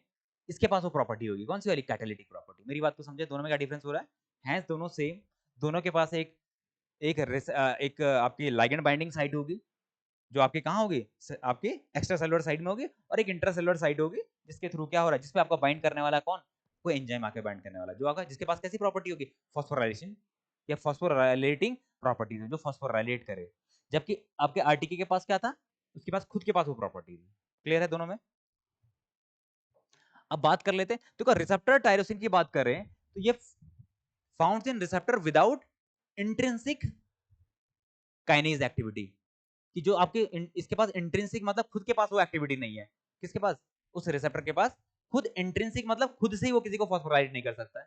दूसरा, एक्टिवेशन की बात करें तो सेम, जब लाइगेंड बाइंड करेगा तो रिसेप्टर क्या होगा? डायमराइज होगा, कन्फर्मेशनल चेंजेस होंगे, रिक्रूट करेगा कुछ आपके एसोसिएटेड काइनेज को। तीसरी, एंजाइम एसोसिएशन की बात करें तो kinase is a non covalently, मतलब ऐसा नहीं कि जो बाइंडिंग है उनके कोवलेंट बाइंडिंग हो। कोवलेंट बाइंडिंग कौन सी होती है? जिसमें क्या बॉन्ड्स का फॉर्मेशन होता है। तो इसमें कुछ ऐसी कोवलेंट बॉन्डिंग नहीं होती। किसके बीच में? आपके किसके बीच में? इस एंजाइम के बीच में और आपके रिसेप्टर के बीच में। तीसरी, इसमें जैक की बात करें तो जेनस काइनेज की crucial in cytokine signalling, JAK STAT pathway, इसीलिए हम इसको नाम कह रहे हैं। किसको? जैक क्या है? वो एंजाइम है जो क्या करने वाला है? फॉस्फोराइलेट करने वाला है। फिर इसमें आपका CSRC होगा, साइटोप्लाज्मिक टायरोसिन काइनेज इन्वॉल्व्स इन मल्टीपल सिग्नलिंग पाथवे। ये फिर सिग्नलिंग में ये भी क्या है? सी आपका जो क्या है CSRC है, ये एक्टिवेट होने वाला है। Function phospholipid specific tyrosine residues on receptor and downstream triggers a signaling pathway। Simple सा, मतलब थ्योरी में तो इतना जाने की जरूरत नहीं है। हम पहले वैसे भी उसके बाद रिसेप्टर है सेम किसकी तरह? आरटीके की तरह। बस सिर्फ इसके पास क्या है? ये लैक करता है किस चीज पे? इसके पास इंट्रिंसिक काइनेज एक्टिविटी नहीं है, जिसकी वजह से क्या है? ये खुद से फॉस्फोराइलेट नहीं कर सकता है। इसको एसोसिएट करना पड़ता है, किसी दूसरे को बुलाना पड़ता है उस काम के लिए। वो क्या है आपके? जैक, जेनस काइनेज आएगा, ये इसके साथ में एसोसिएट होगा। कैसे एसोसिएट होगा? Non covalently. ऐसा भी नहीं कि कोवेलेंट बॉन्ड बना दे रिसेप्टर के साथ में, नॉन कोवेलेंटली अटैच होगा और रिसेप्टर का डायमराइजेशन होगा। देन क्या हो रहा है आपका? ये फॉस्फोराइलेशन का काम कौन कर रहा है? जैक करेगा, और फर्दर सिग्नलिंग होने वाली। चलो आप जब फिगर देखेंगे तो आपको बेटर वे में समझ में आएगा। अब देख ले कौन कौन है आरटी के सिग्नलिंग की बात करूं तो आपके जैसे साइटोकाइंस हो गए हैं, इंटरफेरेंस हो गया आपका, इंटरल्यूकिन्स हो गया, ग्रोथ के कुछ फैक्टर्स होंगे, हार्मोन्स होंगे और इरिथ्रोपोइटिन हो गए। ये सारे आपके किसके थ्रू काम करते हैं? नॉन आरटी के, नॉन एंजाइमेटिक आरटीके के थ्रू काम कर रहे हैं। देखिए अब कैसे हो रहा है काम। रिसेप्टर है, रिसेप्टर पे जैसे आपका सिग्नल मॉलिक्यूल बाइंड किया, अब यहां पर क्या सिग्नल होगा? कोई साइटोकाइन, एरिथ्रोपोइटिन, जो हमने एग्जांपल दिए हैं सारे वो एग्जांपल हैं। जैसे ही बाइंड करेगा तो रिसेप्टर का डायमराइजेशन होगा। डायमराइजेशन होने के बाद क्या है कि एक आपका एंजाइम आएगा, ये नॉन रिसेप्टर टायरोसिन काइनेज है, मतलब ये रिसेप्टर का खुद का नहीं है, ये बाहर से एसोसिएट हो रहा है। जब वो बाइंड करेगा तो उसकी वजह से क्या होने वाला आपका? ये फॉस्फोराइलेशन करने वाला, कैसा? ऑटो और क्रॉस जैसे होता ही है। इसने फॉस्फोराइलेट किया तो जिसकी वजह से क्या हो जाएगा? अब ये एंजाइम एक्टिवेट हो गया, रिसेप्टर का फॉस्फोराइलेशन हो गया। अब जैसे ही रिसेप्टर का फॉस्फोराइलेशन हो रहा है तो क्या हो जाएगा? आपकी कोई प्रोटीन है जिसका नाम है स्टैट। स्टैट के लिए इसने डॉकिंग साइट बना दी है, किस पे? रिसेप्टर के ऊपर। अब रिसेप्टर के ऊपर जब डॉकिंग साइट हुई तो आपका स्टैट आके बाइंड कर जाएगा रिसेप्टर को। जैसे रिसेप्टर बाइंड कर रहा है उसके बाद क्या होगा? इनका ये रिलीज हो जाएंगे, और रिलीज होने के बाद क्या करेंगे? ये होमोडाइमर का फॉर्मेशन कर रहे हैं। दो स्टैट मॉलिक्यूल आपस में आके क्या कर रहे हैं? होमोडाइमर का फॉर्मेशन करने वाले हैं। होमोडाइमर का फॉर्मेशन होने के बाद क्या, ये मूव कर जाएगा न्यूक्लियस के अंदर और ट्रांसक्रिप्शन करवाने वाला है अपने से रिलेटेड जीन का। समझ गए स्टैट में क्या होगा? अब साइटोकाइन है तो कैसा है? इन्फ्लेमेटरी हो सकता है, प्रो इन्फ्लेमेटरी, एंटी इन्फ्लेमेटरी हो सकता है। अब कौन सा साइटोकाइन है, कौन सा जैक ज्वाइन करेगा, मतलब मेरा पॉइंट समझ रहे हैं? ऐसा नहीं कि जैक बोल दिया, जैक मतलब एक फैमिली है, स्टैट मतलब एक फैमिली है जिसमें कई सारे जैक होंगे, कई सारे स्टैट होंगे। अब कौन सा रिसेप्टर पे कौन सा सिग्नल मॉलिक्यूल आ रहा है उसके बेस में उस तरीके का क्या बाइंड करेगा? जैक बाइंड करेगा, और उस तरीके का फिर क्या करने वाला है? स्टैट बाइंड करने वाला है। मेरी बात समझ में आई? सिग्नलिंग समझो आप बात को। सिग्नल मॉलिक्यूल आएगा, वो बाइंड करेगा आपके रिसेप्टर पे, रिसेप्टर का डाइमराइजेशन होगा। रिसेप्टर का डाइमराइजेशन के बाद क्या हो रहा है? एक प्रोटीन जो कैसी है, जिसके पास एंजाइमेटिक एक्टिविटी है, नॉन रिसेप्टर प्रोटीन है, टायरोसिन काइनेज है, वो रिसेप्टर का खुद का नहीं है, उसका नाम है जैक। जैक आया, बाइंड किया, ये फॉस्फोराइलेशन कर रहा है पहले किस चीज का? ऑटो फॉस्फोराइलेशन और क्रॉस फॉस्फोराइलेशन करवा देगा रिसेप्टर का। जैसे ही रिसेप्टर का आपका ऑटो और क्रॉस फॉस्फोराइलेशन हो रहा है तो आपकी स्टैट प्रोटीन आके बाइंड कर दे रही है, क्योंकि इसके लिए डॉकिंग साइट बन गई है ना? डॉकिंग साइट तो आपको पता ही है। जैसे ही ये बाइंड करेगा, अब ये जैक क्या कर रहा है? इसको भी फॉस्फोराइलेट कर दे रहा है, किसको? स्टैट को। जैसे स्टैट का फॉस्फोराइलेशन हुआ, ये डिटैच हो जा रहा है रिसेप्टर से, और डिटैच होने के बाद क्या कर रहा है कि दो स्टैट आपस में मिलकर क्या बना रहे हैं? होमोडाइमर। होमोडाइमर बना, वो होमोडाइमर आपका न्यूक्लियस में चला जाएगा और एक पर्टिकुलर साइट में डीएनए की जाके उसका एक्सप्रेशन करा देगा, उसका ट्रांसक्रिप्शन करवा देगा। मेरी बात को समझे? वही चीज आई थिंक यहां पर मेंशन किया हुआ है कि non receptor tyrosine kinase signalling pathway, cytokine receptor जो है आपका आपका intrinsic, no intrinsic kinase activities की बात होती है। काइनेज आएगा कौन? जैक, जिसका नाम है जेनस काइनेज, आपका नॉन कोवेलेंटली अटैच होने वाला है। नॉन कोवेलेंटली अटैच होने के बाद क्या होगा? लेगेंड बाइंडिंग के बाद आपका डाइमराइजेशन, जैक एक्टिवेशन, स्टैट का रिक्रूटमेंट होगा क्योंकि डॉकिंग साइट जनरेट हो गई है। उसके बाद जैसे इसकी डॉकिंग साइट जनरेट हुई, ये इसका फॉस्फोराइलेशन हो जाएगा, किसका? स्टैट का फॉस्फोराइलेशन। स्टैट का फॉस्फोराइलेशन होगा तो स्टैट अब रिलीज हो गया है अपने रिसेप्टर से। स्टैट रिलीज हुआ तो स्टैट, दो स्टैट मॉलिक्यूल आके होमोडाइमर बना रहे हैं। वो होमोडाइमर मॉलिक्यूल क्या करेंगे? न्यूक्लियस में एंटर करेंगे, और न्यूक्लियस में एंटर करने के बाद क्या करेगा? वो अपना जीन का एक्सप्रेशन करवाने वाला है। क्लियर है भाई? सिमरन आपको क्लियर है? बताइए भाई बाकी लोग। अब देखिए रोल क्या करेगा। अभी कैसे आपके साइटोकाइंस हैं, इनका कुछ रोल होगा किस चीज में आपका? किसमें रोल होने वाला है इनका? इम्यूनिटी में। तो अब देखिए कंट्रोल से immune cell function, example T cell का एक्टिवेशन करवाना, आपका नेचुरल किलर सेल का क्या एक्टिवेशन, नेचुरल किलर सेल का एक्टिवेशन करें या साइटोटॉक्सिसिटी की बात करें, प्रमोट करने वाले इम्यून सेल के प्रोलिफरेशन एंड डिफरेंशिएशन को, रेगुलेट इन्फ्लेमेशन आपका हो गया है, आपका एंटी वायरल डिफेंस हो गया है। तो इसमें क्या करने वाला? ये हेल्प करने वाला है। मेरी बात को समझ, ये तो सिंपल सी सिग्नलिंग, इसमें इतना कॉम्प्लिकेटेड भी नहीं है। जब आप लोग जीपीसीआर और आपने ये समझ लिया है, इसमें तो सिंपल सा बात है। रिसेप्टर प्रेजेंट होगा, रिसेप्टर के ऊपर आपका सिग्नल मॉलिक्यूल बाइंड कर रहा है, करेगा, वो आपका साइटोकाइन है। जैसे सपोज मान लीजिए आपके कई सारे ना साइटोकाइन, अगर सपोज एरिथ्रोपोइटिन हो तो वो क्या करेगा? एरिथ्रोपोइटिन तो आरबीसी का प्रोडक्शन करवाएगा ना। तो अब सपोज एरिथ्रोपोइटिन ने बाइंड करा है रिसेप्टर पे, तो सेम पाथवे यही होगा। कैसा? कि जैसे एरिथ्रोपोइटिन ने बाइंड किया, एक नॉन एंजाइमेटिक आपका, sorry, non receptor tyrosine kinase activate हो गया, वो बाइंड कर गया, उसने फॉस्फोराइलेट कर दिया आपका किसका? पहले तो रिसेप्टर का फॉस्फोराइलेशन किया। जब रिसेप्टर का फॉस्फोराइलेशन होगा, डॉकिंग साइट जनरेट हो गई किसके लिए? स्टार्ट के लिए। स्टार्ट आके बाइंड कर देगा। स्टार्ट ने जैसे ही बाइंड किया, वो जो आपका कौन है, जो आपका जैक है, जैक फॉस्फोराइलेट कर दे रहा है, किसको? स्टैट को। स्टैट का फॉस्फोराइलेशन हुआ तो स्टैट फिर रिलीज हो जाएगा, किससे? रिसेप्टर से। तो दो स्टैट आपस में मिलकर क्या कर रहे हैं? डायमराइजेशन कर दे रहे हैं। वो डायमराइजेशन करने के बाद वो न्यूक्लियस में चला जाएगा। न्यूक्लियस में जाने के बाद क्या करेगा? वो जीन का एक्सप्रेशन करवाएगा। कौन से जीन का? अब आरबीसी से रिलेटेड। अब उसको लिम्फोसाइट नहीं बनाना है, आरबीसी बनाना है, तो आरबीसी रिलेटेड जीन का एक्सप्रेशन करवा देगा। और फर्दर आपका जो क्या था, आपके कौन से होते हैं, किससे बनते हैं आरबीसी? जोर से बोलो ना, गलत है तो क्या हो गया? अरे होता ना आपका हेमेटोपोइटिक स्टेम सेल, फिर दो में माइलोइड प्रोजेनेटर, लिम्फोइड प्रोजेनेटर बनते हैं। कौन बनाता है आरबीसी? माइलोइड या लिम्फोइड? Myeloid progenitor. तो माइलोइड प्रोजेनेटर को बोल देगा भाई कि आरबीसी बनाओ। तो ये आरबीसी बनाओ कैसे बोलेगा? ये इसी तरीके से बोलेगा कि स्टेट अंदर जाएंगे, उनका एक्सप्रेशन करवा देंगे उन जीन का। जब हम देखेंगे ना, जब हम लोग देखेंगे डिफरेंशिएशन, जब हम बात करते हैं कि सेल पहले तो एक जैसी थी, मतलब हेमेटोपोइटिक स्टेम सेल है तो एक है, उससे कई तरीके की सेल बन रही है, प्लूरिपोटेंट नेचर का है, कि वही आपके आरबीसी बना रहा है, वही आपका डब्ल्यूबीसी बना, डब्ल्यूबीसी में टी सेल, आपके टी सेल बना रहा है और आपके बी सेल का फॉर्मेशन कर रहा है। वहीं देखें नेचुरल किलर सेल का आपका फॉर्मेशन हो रहा है, आपके मैक्रोफेजेस का फॉर्मेशन है, तो एक सेल। ये डेवलपमेंटल बायोलॉजी का कांसेप्ट है। तो अब उस सेल से अलग अलग सेल बना और इसका डिफरेंशिएशन हुआ कि सेल एक तरीके से, अब सेल अलग अलग भी तो दिखने लग जाती है, आरबीसी के अलग कैरेक्टर हैं, डब्ल्यूबीसी का अलग कैरेक्टर है, मैक्रोफेजेस के अलग कैरेक्टर हैं, समझ रहे बात को? तो इसने क्या कर दिया, जो आपके आरबीसी रिलेटेड जीन है उनको एक्सप्रेशन करवा दिया, तो एरिथ्रोपोइटिन ने मैसेज पहुंचा दिया कहां तक? सेल के पास। तो अब आपके क्या होगी? आरबीसी का प्रोडक्शन होगा। क्लियर है भाई? कोई कंफ्यूजन हो तो बताओ, ऑनलाइन में आप लोग बता दीजिए भाई। हाँ, माइलॉइड प्रोजेनेटर, बहुत बढ़िया। चलिए फिर आगे बढ़ते हैं। अब एक जैक स्टार्ट पाथवे की बात करें तो ये थोड़ा दूसरा डायग्राम है, सेम चीज बताई हुई है कि सेम आपका लिगेंड मॉलिक्यूल बाइंड करेगा, लिगेंड मॉलिक्यूल के बाद फॉस्फोराइलेशन होगा, फॉस्फोराइलेशन के बाद इसका भी फॉस्फोराइलेशन, स्टार्ट का फॉस्फोराइलेशन न्यूक्लियस में जाके क्या, जीन का एक्सप्रेशन करवाना। अब ये उसका क्या है कि पूरी थ्योरी दी हुई है कि आपको किस तरीके से क्या हो रहा है। तो सेम बातें जो मैं बता चुका हूँ वही चीजें मेंशन है कि आपका साइटोकाइन बाइंड करेगा, डायमराइजेशन, डायमराइजेशन के बाद जैक का एक्टिवेशन, जैक फॉस्फोराइलेट कर देगा आपका स्टैट का रिक्रूटमेंट होगा, स्टैट का फॉस्फोराइलेशन, स्टैट का फॉस्फोराइलेशन बाद स्टैट का डायमराइजेशन, स्टैट का डायमराइजेशन बाद स्टैट जो है न्यूक्लियस के अंदर, न्यूक्लियस के अंदर वो जीन का एक्सप्रेशन करवा रहा है ना। ये चीजें हैं भाई, यह तो ज्यादा फास्ट नहीं हो रहा है, आप एक बार पढ़ोगे तो आपको समझ में आएगी, क्योंकि वही चीज मैं बोल रहा हूँ, फिर वही चीज लिखी हुई है, ताकि आपको घर जाके दिक्कत ना कि नोट्स में क्या लिखूं। देखो लिखना अपनी लैंग्वेज में, कि अब सपोज किसी को नहीं समझ, मतलब वो हो रहा है कि लैंग्वेज पता नहीं क्या बात कर रहा है, जो ऐसे आपको समझ में आ रहा है वैसे आप लिखो, क्योंकि अब आप 6 महीने के बाद, 6 महीने तो नहीं बोलूंगा, 2-3 महीने के बाद जब रिवाइज कर रहे होंगे ना, तो आपको प्रॉब्लम आ जाएगी यार इसका मतलब क्या था। लेकिन अगर आपने अपनी लैंग्वेज में उसे लिखा हुआ है तो बहुत ईजी हो जाएगा आपके लिए समझना। नोट्स कैसे होने चाहिए? Easy to understand. और किसके लिए? मेरे लिए, किसी दूसरे ने तो पढ़ने नहीं ना मेरे नोट्स। क्लियर है भाई?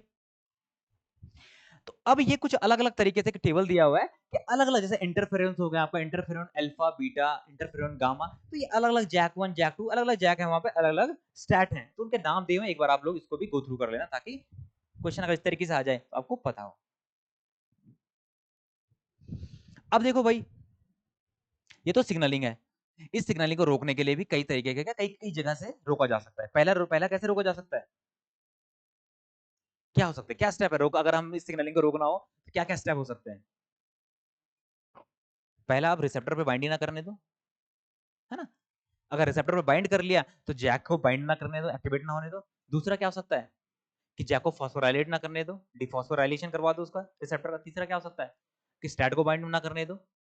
सपोज स्टैट ने भी बाइंड कर दिया, तो स्टैट का क्या कर दो, आप स्टैट का डिग्रेडेशन करवा दो, है ना। स्टैट का डिग्रेडेशन भी करवा दिया, नहीं हो पा रहा, मतलब उस स्टेप पे भी नहीं रोक पाए, तो आप क्या करा सकते हो, आप जब स्टैट का फॉर्मेशन डायमराइजेशन हो रहा है तो डिफॉस्फोराइलेशन कर दो। तो जब डिफॉस्फोराइलेशन हो जाएगा तो क्या हो जाएगा, सेल के न्यूक्लियस के अंदर नहीं जा पाएगा। जब न्यूक्लियस में नहीं जा पाएगा तो क्या उसका इंपैक्ट आएगा? नहीं आएगा। तो ये इसमें कई सारे आपके क्या दिखाए गए हैं, जैसे आपका पीटीपी पीज है, ये इनहिबिट कर देता है आपका फॉस्फोराइलेशन को, इनहिबिट कर दे रहा है। ऐसे आपका एसओसीएस है, ये इनहिबिट कर रहे हैं आपके किसको, फॉस्फोराइलेशन को। अब रिसेप्टर का फॉस्फोराइलेशन नहीं हुआ तो सिग्नलिंग आगे नहीं बढ़ पाएगी। यहाँ से बढ़ भी गई तो आपका क्या है, ये एक डिस्ट्रक्शन कॉम्प्लेक्स है, ये जैसे CuLlIn5 हो गया, SOCS हो गया, इन्होंने एक कॉम्प्लेक्स बना दिया जो क्या करेंगे, डिग्रेडेशन करवा देंगे। डिस्ट्रक्शन कॉम्प्लेक्स मतलब डिस्ट्रक्शन मतलब तोड़ना। तो आपका जैसे जैक जैक स्टैट का फॉर्मेशन हुआ, स्टैट को उसने डिग्रेड कर दिया, जैक को डिग्रेड कर दिया। तीसरा कि आपका जैक स्टैट ने क्या कर दिया, डाइमराइजेशन हो गया, फॉस्फोराइलेशन हो गया, उसका डिफॉस्फोराइलेशन करवा दिया। तो ये कुछ इनहिबिटर्स भी हैं, थोड़ा बहुत आप देख लेना, वैसे इस तरीके से भी क्वेश्चन आ सकते हैं। क्लियर है भाई? कोई कंफ्यूज तो नहीं हो रहा है? अब आप एक और रिसेप्टर आपका TGF beta receptor, TGF beta के बारे में अगर हम बात करें इसकी, तो है क्या, टीजीएफ मतलब होगा ट्रांसफॉर्मिंग ग्रोथ फैक्टर बीटा। ये एक सुपर फैमिली है जिसमें अलग अलग रिसेप्टर मतलब अलग अलग सिग्नल मॉलिक्यूल होंगे, जैसा एक्टिविन हो गया, इनहिबिन हो गया, डीपीपी। एक्टिविन और इनहिबिन की बात करें तो मैमल्स में देखा गया, और डीपीपी की बात करें तो ड्रोसोफिला के जब हम डेवलपमेंट वगैरह पढ़ रहे होंगे तो वहां पर डीपीपी भी आता है। अब देखो होता क्या है, ये आपका कैसा काइनेज है, सेरीन थ्रेओनिन काइनेज। समझ रहे हो बात को, वो कैसे थे, वहां पे कौन से काइनेज थे आपके, टायरोसिन काइनेज था ना। बाकी रिसेप्टर तो हमने क्या देखे हैं, आरटी के रिसेप्टर टायरोसिन काइनेज। इसकी प्रॉपर्टी क्या है कि ये सेरीन और थ्रेओनिन में क्या करने वाला है, ये फॉस्फोराइलेशन करने वाला है।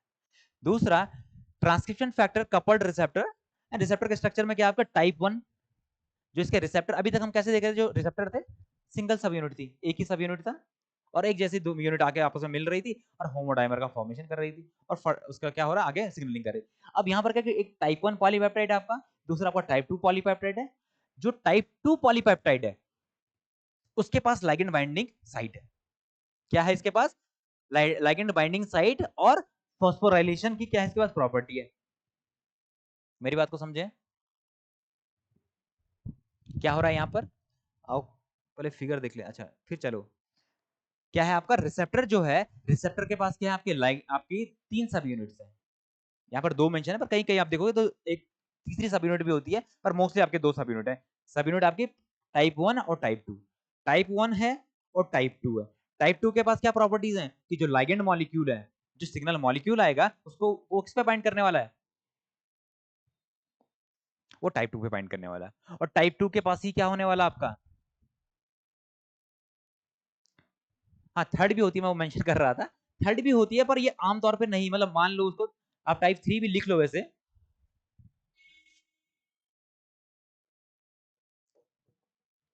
पर जो आप मोस्टली देखो आमतौर पे टाइप 1 और टाइप 2 ही मेंशन होती है ना, टाइप 1 टाइप 2।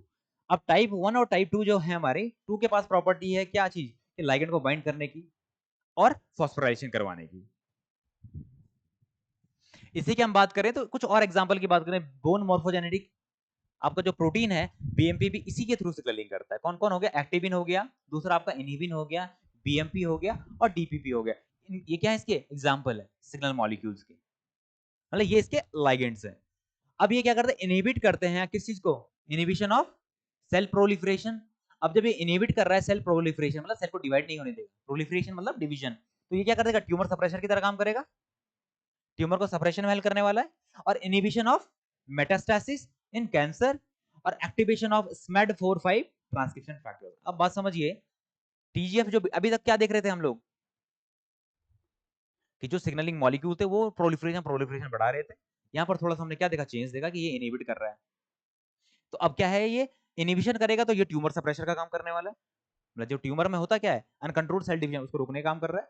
दूसरा, ये इनहिबिट करेगा मेटास्टेसिस। मेटास्टेसिस में क्या होता है कि जो कैंसरस सेल है वो मूव कर जा रही है कहीं दूसरे प्लेस में, अब जो सेल डिवाइड ही नहीं हो रही तो मेटास्टेसिस को भी ये रोकने वाला है, और ये एक्टिवेट करने वाला है आपका स्मैड प्रोटीन को।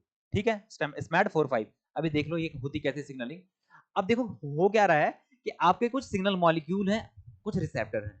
रिसेप्टर में क्या है आपका टाइप 2 रिसेप्टर, टाइप 1, और कहीं कहीं पे आप क्या देखने वाले हो, यहीं पे मैं बना दूं, टाइप 3 भी बना लेते हैं, सब में नहीं बट आपका एक टाइप 3 भी होगा।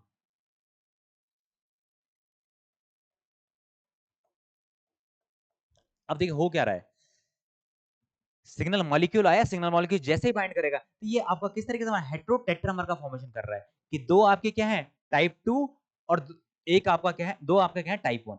समझ रहे हो बात को, कि दो मॉलिक्यूल किसके हैं आपके टाइप 1, देख रहा दो मॉलिक्यूल से बना हुआ है, और ये आपका टाइप 1 में दो मॉलिक्यूल प्रेजेंट है, ये बाइंड करेंगे, रिसेप्टर आया, रिसेप्टर ने बाइंड किया तो फॉस्फोराइलेशन होगा।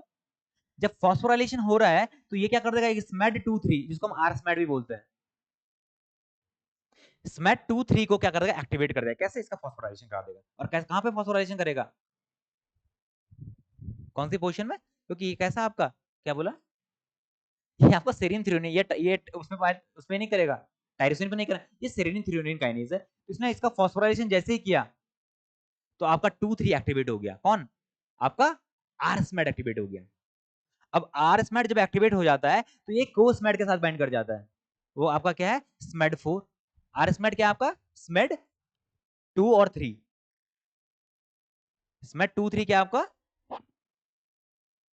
आर स्मैड है ना।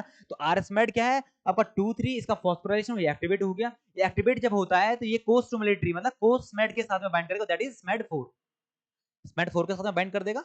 और इस तरीके से होता है इनका कि जो आरएसमेड है आपका, 2 सब यूनिट आरएसमेड की और एक आपकी कोस्मेड की बाइंड करेंगी, ये स्ट्रक्चर बनेगा। ये स्ट्रक्चर फिर आपका क्या कर जाएगा, मूव कर जाएगा न्यूक्लियस में और act as a transcription factor की तरह काम करने वाला है। अब ये ट्रांसक्रिप्शन फैक्टर है तो inhibition of cell proliferation and metastasis is inhibited. अब ये सेल प्रोलिफरेशन मतलब जो सेल प्रोलिफरेशन के लिए जीन रिक्वायर्ड थे उनको इनहिबिट कर देगा। अब जब सेल प्रोलिफरेटरी जीन आपके इनहिबिट हो जाएंगे तो क्या सेल डिवाइड हो पाएगी, नहीं हो पाएगी। अब जब सेल डिवाइड नहीं होगी तो क्या मेटास्टेसिस होगा, नहीं होगा। मेरी बात को समझ रहे हो। तो ये कैसे काम कर रहा है, as a tumour suppressor gene की तरह काम कर रहा है। क्लियर है भाई, कोई कंफ्यूजन तो नहीं हो रहा है।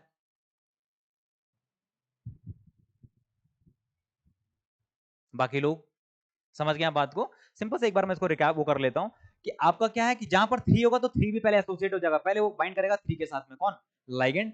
देन वो 3 के साथ में बाइंड करने के बाद वो लाइगेंड 2 पे लेके आएगा, मतलब टी टीबी मतलब रिसेप्टर सेकंड के पास लेके आएगा। और सेकंड के पास आते ही क्या होगा, 1 को बुला लेगा और उनका क्या हो जाएगा, डाइमराइजेशन टाइप हो जाएगा। डाइमराइजेशन होने के बाद ये एक्टिवेट हो जाएगा। एक्टिवेट होने के बाद क्या करेगा, आरएसमेड को, आरएसमेड मतलब स्मेड 2,3 को एक्टिवेट कर देगा। 2,3 एक्टिवेट होगा तो ये बाइंड कर जाएगा आपका कोस्मेड के साथ में, SMAD4 के साथ में। तो 2 मॉलिक्यूल आपके SMAD2,3 और एक मॉलिक्यूल आपका क्या 4, है ना। कोस्मेड बाइंड करेंगे, एक कॉम्प्लेक्स बनाएंगे, that complex will move into the nucleus. Nucleus में मूव करने के बाद क्या कर जाएगा, ये ट्रांसक्रिप्शन इनहिबिट करवा देगा, ट्रांसक्रिप्शन करवा देगा किन जीन का, जो आपका क्या करेगा, इनहिबिट कर देंगे सेल प्रोलिफरेशन का। क्लियर है भाई, है ना। ये सिंपल है, सिंपल ही सिग्नलिंग है, मतलब इतना इतना इसमें कॉम्प्लिकेशन भी नहीं है। ओके, अब देख लीजिए वही चीज यहाँ पर मेंशन कर दी गई है कि क्या हो रहा है आपका, लाइगेंड की बाइंडिंग होना, लाइगेंड की बाइंडिंग रिसेप्टर का कॉम्प्लेक्स का फॉर्मेशन होना और फर्दर वो थ्रेओनीन काइनेज का एक्टिवेट होना। वो क्या कर देगा, स्मैट प्रोटीन का रिक्रूटमेंट करवा देगा आरस्मैट का। और आरस्मैट का जब एक्टिवेशन हुआ कैसे, कि उसका ना फॉस्फोराइलेशन हो गया है। जब इसका फॉस्फोराइलेशन हो गया है तो आपका कोस्मैट के साथ ये बाइंड कर देगा। कोस्मैट के साथ में बाइंड करने के बाद ये ट्राइमेरिक स्ट्रक्चर बनाता है, ट्राइमेरिक स्मैट कॉम्प्लेक्स बनाएगा, जिसमें आपके 2 आपके क्या होंगे, आरस्मैट होंगे और एक आपका क्या होने वाला है, कोस्मैट होने वाला है। ये कॉम्प्लेक्स बनेगा, ये कॉम्प्लेक्स मूव कर जाएगा आपका किसमें, न्यूक्लियस में। एक चीज और याद रखना, यहाँ पर कौन सा काम करने वाला है, इंपोर्टिंस वाया, इंपोर्टिन के थ्रू क्या करेगा, ये मूव कर जाएगा न्यूक्लियस के अंदर। अब जब ये न्यूक्लियस में मूव करा तो regulation of target gene expression, ये रेगुलेट करेंगे जो इसके टारगेटेड जीन है, इनका एक्सप्रेशन रेगुलेट होगा। और क्या हो जाएगा आपका, एक्टिवेशन होगा, ट्रांसक्रिप्शन फैक्टर्स एंड को एक्टिवेटर रिप्रेसर एक्टिवेट हो जाएंगे, सेल साइकिल अरेस्ट हो जाएगी, डिफरेंशिएशन आपका अरेस्ट हो जाएगा, एक्स्ट्रा सेलुलर मैट्रिक्स प्रोडक्शन हो जाएगा एंड सम टाइम एपोप्टोसिस को भी ये लीड कर सकता है। ये समझिए बात को। और यहीं पे कभी-कभी क्या होता है कि नेगेटिव फीडबैक भी होता है कि भाई ऐसा भी ना हो जाए कि उसमें आइसमैड इनहिबिटरी स्मैड भी काम करता है, जो इसको क्या करेगा, इस जो बाइंडिंग बन हो रही है इनको ये रोक देगा, जिसके थ्रू क्या नहीं हो पाएगा, जो आपकी सेल अरेस्ट हो रही थी उसको क्या करेगा, ये रिवर्स कर देगा सारे एक्शन को।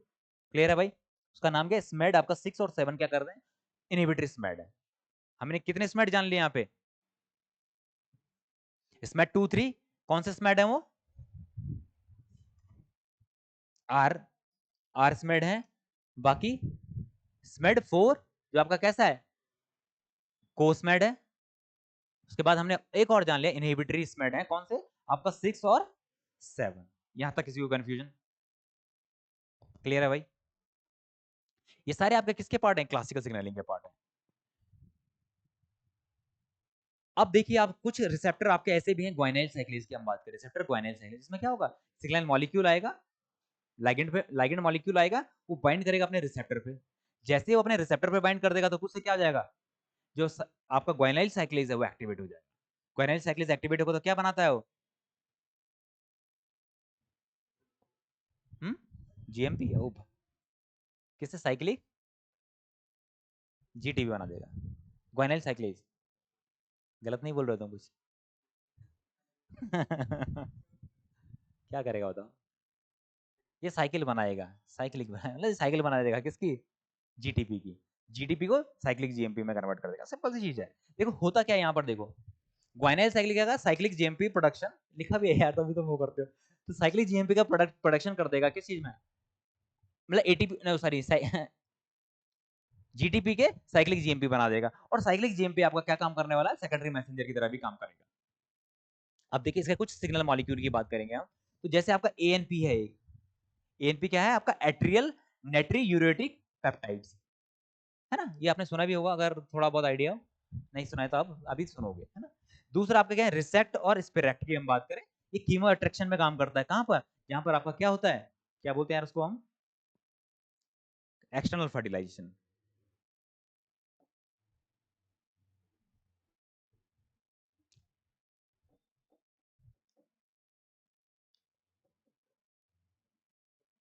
अब समझ लीजिए आप बात को, यहाँ पर सिंपल सी बात आ गई कैसी, कि कोई ग्वाइनाइल साइक्लेज होगा, ग्वाइनाइल साइक्लेज क्या करते हैं आपका, जैसे ये मेम्ब्रेन में ग्वाइनाइल साइक्लेज प्रेजेंट है,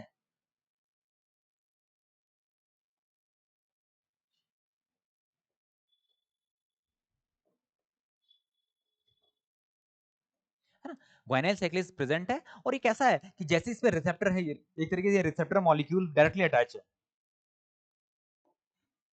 ये रिसेप्टर के साथ डायरेक्टली अटैच होगा, तो जिसमें जैसे ही क्या होगा, सिग्नल मॉलिक्यूल आएगा,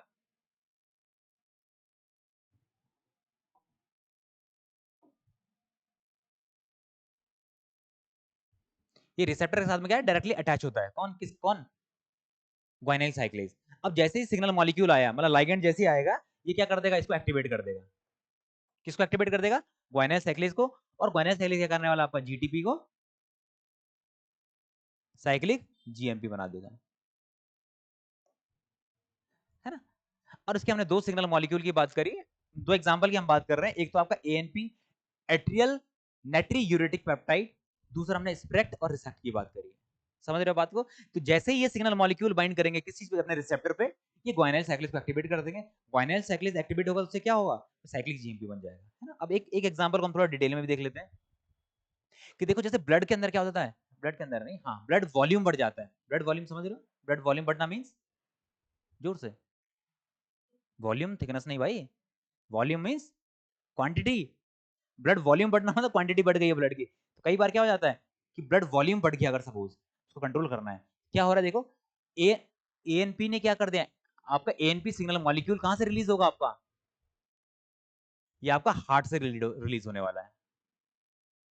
जब जब ब्लड का वॉल्यूम बढ़ जाएगा, तो हार्ट क्या करेगा, एक सिग्नल मॉलिक्यूल को रिलीज करने वाला है, और सिग्नल मॉलिक्यूल क्या है आपका, एएनपी, एएनपी रिलीज होगा, ये इंक्रीज ब्लड वॉल्यूम को कंट्रोल करने में हेल्प करने वाला है, कैसे करेगा, कि देखिए high blood volume increases pressure on heart cardiac muscle. अब सोचिए आपका ब्लड का वॉल्यूम बढ़ा है, दैट मींस ब्लड बढ़ गया, ब्लड अमाउंट बढ़ गया, ब्लड अमाउंट बढ़ेगा तो क्या हार्ट के पास ज्यादा ब्लड जाएगा, हार्ट के ऊपर ज्यादा ब्लड जाएगा, हार्ट के अंदर ज्यादा ब्लड जाएगा, तो हार्ट क्या करेगा, एक्सपेंड करेगा, फैलेगा। अब जैसे increase pressure on heart cardiac muscle, कि हार्ट की कार्डियक मसल पे प्रेशर बढ़ा, हार्ट फैला, उससे क्या हो जाएगा, activation of stretching receptor of heart muscle, कुछ रिसेप्ट, वैसे ये उसका पार्ट है, किसका, एनिमल फिजियोलॉजी का पार्ट है, पर आप देख लीजिए थोड़ा सा इंटरेस्टिंग है ये। एक्टिवेशन होगा आपका, स्ट्रेच हुआ मतलब फैलना, मतलब स्ट्रेचिंग, रिसेप्टर एक्टिवेट हुए, वो रिलीज कर देंगे क्या चीज, एक एएनपी सिग्नल मॉलिक्यूल को, समझ गए बात को। एएनपी सिग्नल मॉलिक्यूल कब रिलीज हुआ, कि ब्लड का वॉल्यूम बढ़ गया, ब्लड का वॉल्यूम बढ़ गया, तो ब्लड का जो जो हार्ट है, वो हार्ट स्ट्रेच होने लगा, स्ट्रेच हुआ तो रिसेप्टर एक्टिवेट हो गए, उन्होंने एएनपी को रिलीज कर दिया, एएनपी रिलीज हुए तो रेगुलेट द ब्लड वॉल्यूम, ये आपके ब्लड वॉल्यूम को रेगुलेट कर लेते, कैसे, ये डिक्रीज कर देते एक्वापोरिन्स को ऑन किडनी सेल्स, समझिए बात को, हुआ क्या कहानी हो रही है, अब से एक सिग्नलिंग देख ही लेते हैं, जब हमने इतना ग्रोथ रोड देख लिया, सिग्नल मॉलिक्यूल कब रिलीज हो रहा है, जब ब्लड वॉल्यूम बढ़ गया, ब्लड वॉल्यूम बढ़ा तो हार्ट के अंदर ज्यादा ब्लड गया, हार्ट स्ट्रेच कर गया, खिंच गया, तनाव आ गया स्ट्रेच हार्ट के अंदर, उसने एएनपी को रिलीज करवा दिया, एएनपी रिलीज हुआ तो एएनपी कर क्या रहा है, एएनपी आपके जो किडनी सेल्स हैं, आपकी किडनी सेल पे एक्वापोरिन होते हैं, एक्वापोरिन क्या करते थे, एक्वापोरिन आपको भी आइडिया नहीं होगा, बता देता हूं। अब देखो सिंपल सी बात क्या हो रही है, एएनपी आया, किडनी सेल पे भी कौन सी सेल होती है, वो प्रिंसिपल सेल, नाम लिख देता हूं, ध्यान, मतलब आपको वहां हम ज्यादा बेटर वे में समझेंगे इसको,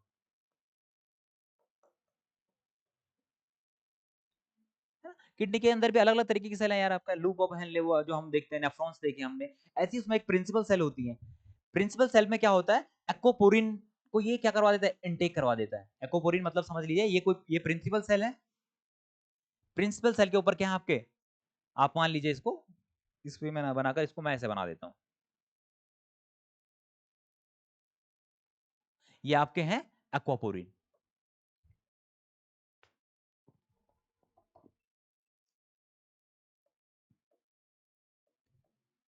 पोरिन मतलब पोर्स टाइप होगा कुछ, एक्वा मतलब पानी, ये पानी के लिए पोर्स बने हुए हैं, जिससे क्या हो जाएगा, जब हमारा वाटर चैनल, हाँ बहुत बढ़िया, कि जब क्या होता है कि किडनी में फिल्ट्रेशन चल रहा है वाटर का, आपने देखा होगा ना, एफरेंट इफरेंट आपकी ब्लड, सॉरी ब्लड को लेके जा रही है किसके अंदर, लूकोहेनले के ऊपर लेके जा रही है, एंड देन वहां से क्या हो जाता है, आपका जो ब्लड है फिल्ट्रेट होता है। अब ब्लड फिल्ट्रेट होगा तो उससे वाटर मॉलिक्यूल बाहर आए, अब वाटर मॉलिक्यूल बाहर आ रहे हैं तो एक्वापोरिन उसको दोबारा से क्या कर देता है, इंसर्ट करवा देता है, किसके अंदर, ब्लड वेसल्स के अंदर।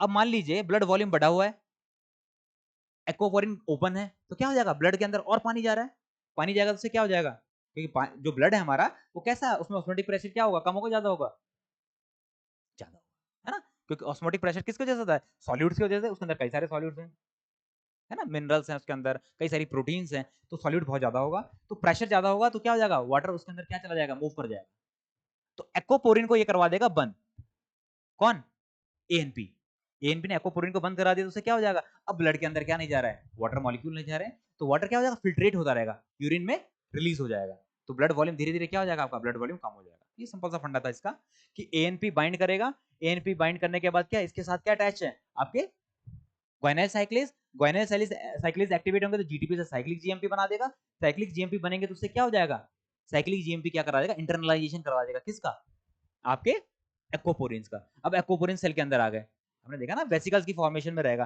कि पूरी ये सेल थी, सेल के अंदर ऐसे वेसिकल्स आ जाएंगे छोटे छोटे, जिनके ऊपर क्या एक्वापोरिन्स प्रेजेंट होंगे, अब सेल के बाहर से रिमूव होकर अंदर आ गए, अब ये बाहर पानी नहीं भेज पाएंगे, तो जिसके वजह से ब्लड वॉल्यूम जो था वो ब्लड वॉल्यूम धीरे धीरे डिक्रीज हो जाएगा, नॉर्मल हो जाएगा।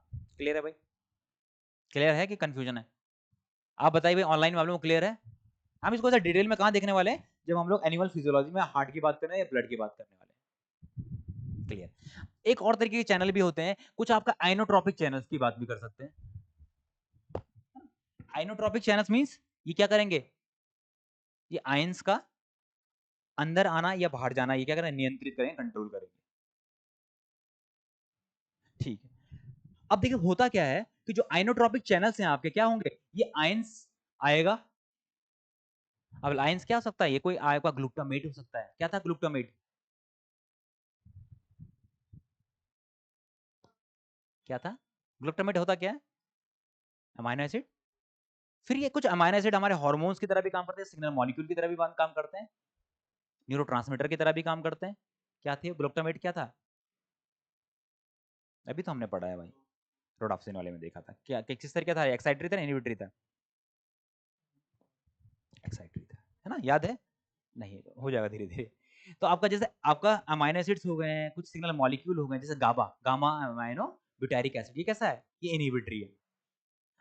अब एक्साइटरी और इनहिबिटरी की जब मैं बात कर रहा हूं तो मैं क्या कहने की कोशिश कर रहा हूँ, कि एक्साइट करवाएगा किसको, न्यूरोट्रांसमीटर तो किसको एक्साइट करवाएगा, न्यूरॉन को या मसल सेल को, ऐसे भी कुछ होगा।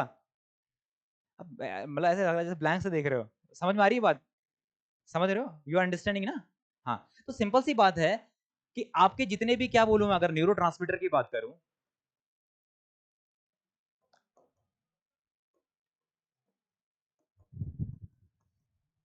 हमने इसको दो कैटेगरी में रखा था, एक होगा एक्साइटरी,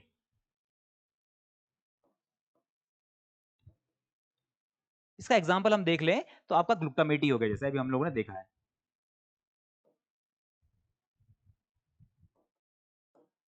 अब एक्साइट कर रहा है तो क्या होगा एक्साइटेशन में, कि सेल कैसी जाएगी, पोलराइज होगी, डिपोलराइज होगी, हाँ जी, जोर से जोर से,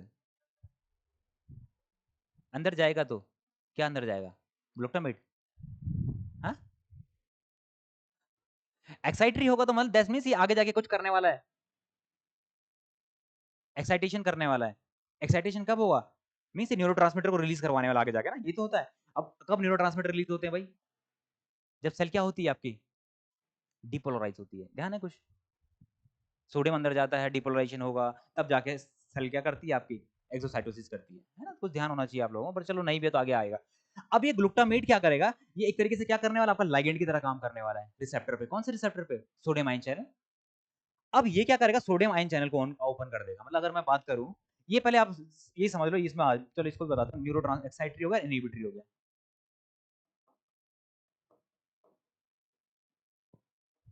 आपका शायद से गाबा, गामा अमाइनो ब्यूटारिक एसिड आपका क्या है, आपका इनहिबिटरी है। इतना समझ में आया?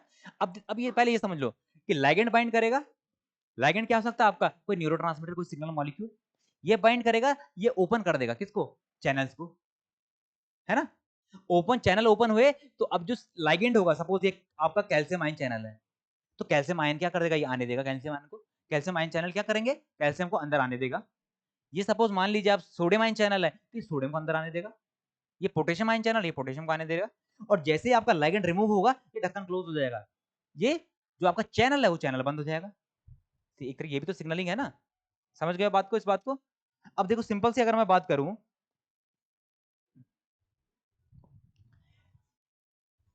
तो आपका क्या है, ये कोई मान लीजिए आप क्या है, मेम्ब्रेन, पीएम है, प्लाज्मा मेम्ब्रेन है। अब इसके ऊपर आपके क्या है,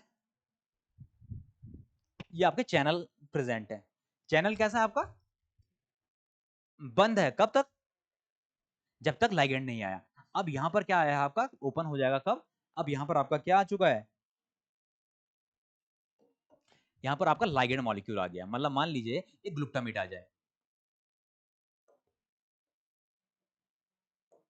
हमने देखा था ना उसमें कि जो आपके जब साइनेप्सिस बनते हैं तो आपके न्यूरोट्रांसमीटर रिलीज होगा, वो दूसरी सेल में बाइंड कर जाता है, दूसरे न्यूरॉन्स में बाइंड कर जाता है, ऐसा ही होता था। अब ग्लूटामेट आया, दैट मींस यहां पर कोई साइनेप्स रहा होगा, एक न्यूरॉन ने रिलीज किया, क्या, किस चीज को, सिग्नल मॉलिक्यूल को, सिग्नल मॉलिक्यूल रिलीज हो गया, तो इसमें ग्लूटामेट बाइंड कर गया, है ना? अब ग्लूटामेट बाइंड कर दो, आयन चैनल क्या हो जाएगा, ओपन हो जाएगा। ओपन हो जाएगा तो इसके थ्रू क्या होने लगेगा आपको, आयंस अंदर आने लगेंगे। अभी एक्साइटरी तो कैसा होगा ये, डिपोलाइजेशन है, डिपोलाइजेशन कब होगा, कौन सा आयन, कैल्शियम नहीं, इसमें हम बात करते हैं सोडियम आयन चैनल को ये ओपन कर देते हैं। अब जिसकी वजह से क्या होगा, सोडियम अंदर आया, sodium is positively charge, sodium positively charge, अंदर का एनवायरनमेंट कैसा हो जाएगा आपका, पॉजिटिव हो जाएगा, तो दैट मीन सेल क्या हो गई आपकी, डिपोलराइज हो गई। समझ गए बात को? अब सेल डिपोलराइज हो जाएगी। अब डिपोलराइजेशन क्या, सिग्नल मूव करेगा और फिर ये एंड में चला जाएगा टर्मिनल में, जहां पर क्या होगा, फिर क्लोराइड आयन का ओपन कर देगा और फिर क्या हो जाएगा, एक्सोसाइटोसिस हो जाएगा। सिंपल, इसमें ज्यादा लोड नहीं लेना है। समझ में आ रहा है, ठीक है, नहीं आ रहा है, ये एग्जांपल है ना? अब यहीं पे आप दूसरा चैनल की बात कर लो, ये कोई दूसरा चैनल है। अब सपोज ये आपका क्या है, ये सिग्नल मॉलिक्यूल है, ये कोई कैसा इनहिबिटरी मान लीजिए आप, कोई इनहिबिटरी है, तो मीन्स हम इसको गाबा एग्जांपल ले सकते हैं। गामा अमाइनो ब्यूटारिक एसिड वाला है, ये क्या करता है आपका, ये इनहिबिटरी है। अब इनहिबिटरी होगा तो दैट मींस क्या होगा, अंदर सेल के अंदर कैसा चार्ज होना चाहिए, नेगेटिव ना, ये मतलब पॉजिटिव में नहीं, ये डिपोलराइज नहीं करेगा, ये हाइपर पोलराइज कर देगा। तो दैट मींस ये क्या कर देगा, किसी क्लोराइड आयन को, चैनल को आप ओपन कर दे, सीएल को ओपन कर दिया। समझ रहे हो बात को? क्या था हमारा, किस चीज का, जो हमारे एक्साइटरी इनहिबिटरी क्या है, न्यूरोट्रांसमीटर है, वो इस तरीके से आपके चैनल लाइन पे एक्ट करेंगे और वो क्या कर देंगे, सेल की जो पोलैरिटी है, डिपोलराइजेशन हाइपर पोलराइजेशन की जब हम बात करते हैं, वो इस तरीके से चेंज कर सकते हैं। क्लियर है भाई, यहां तक किसी को कोई confusion? I think this one is the last slide. हाँ चलिए, लास्ट स्लाइड भाई। ऑनलाइन में आप बताओ भाई, सही है ये चीज, समझ में आई, कोई कंफ्यूजन तो नहीं हो रहा है?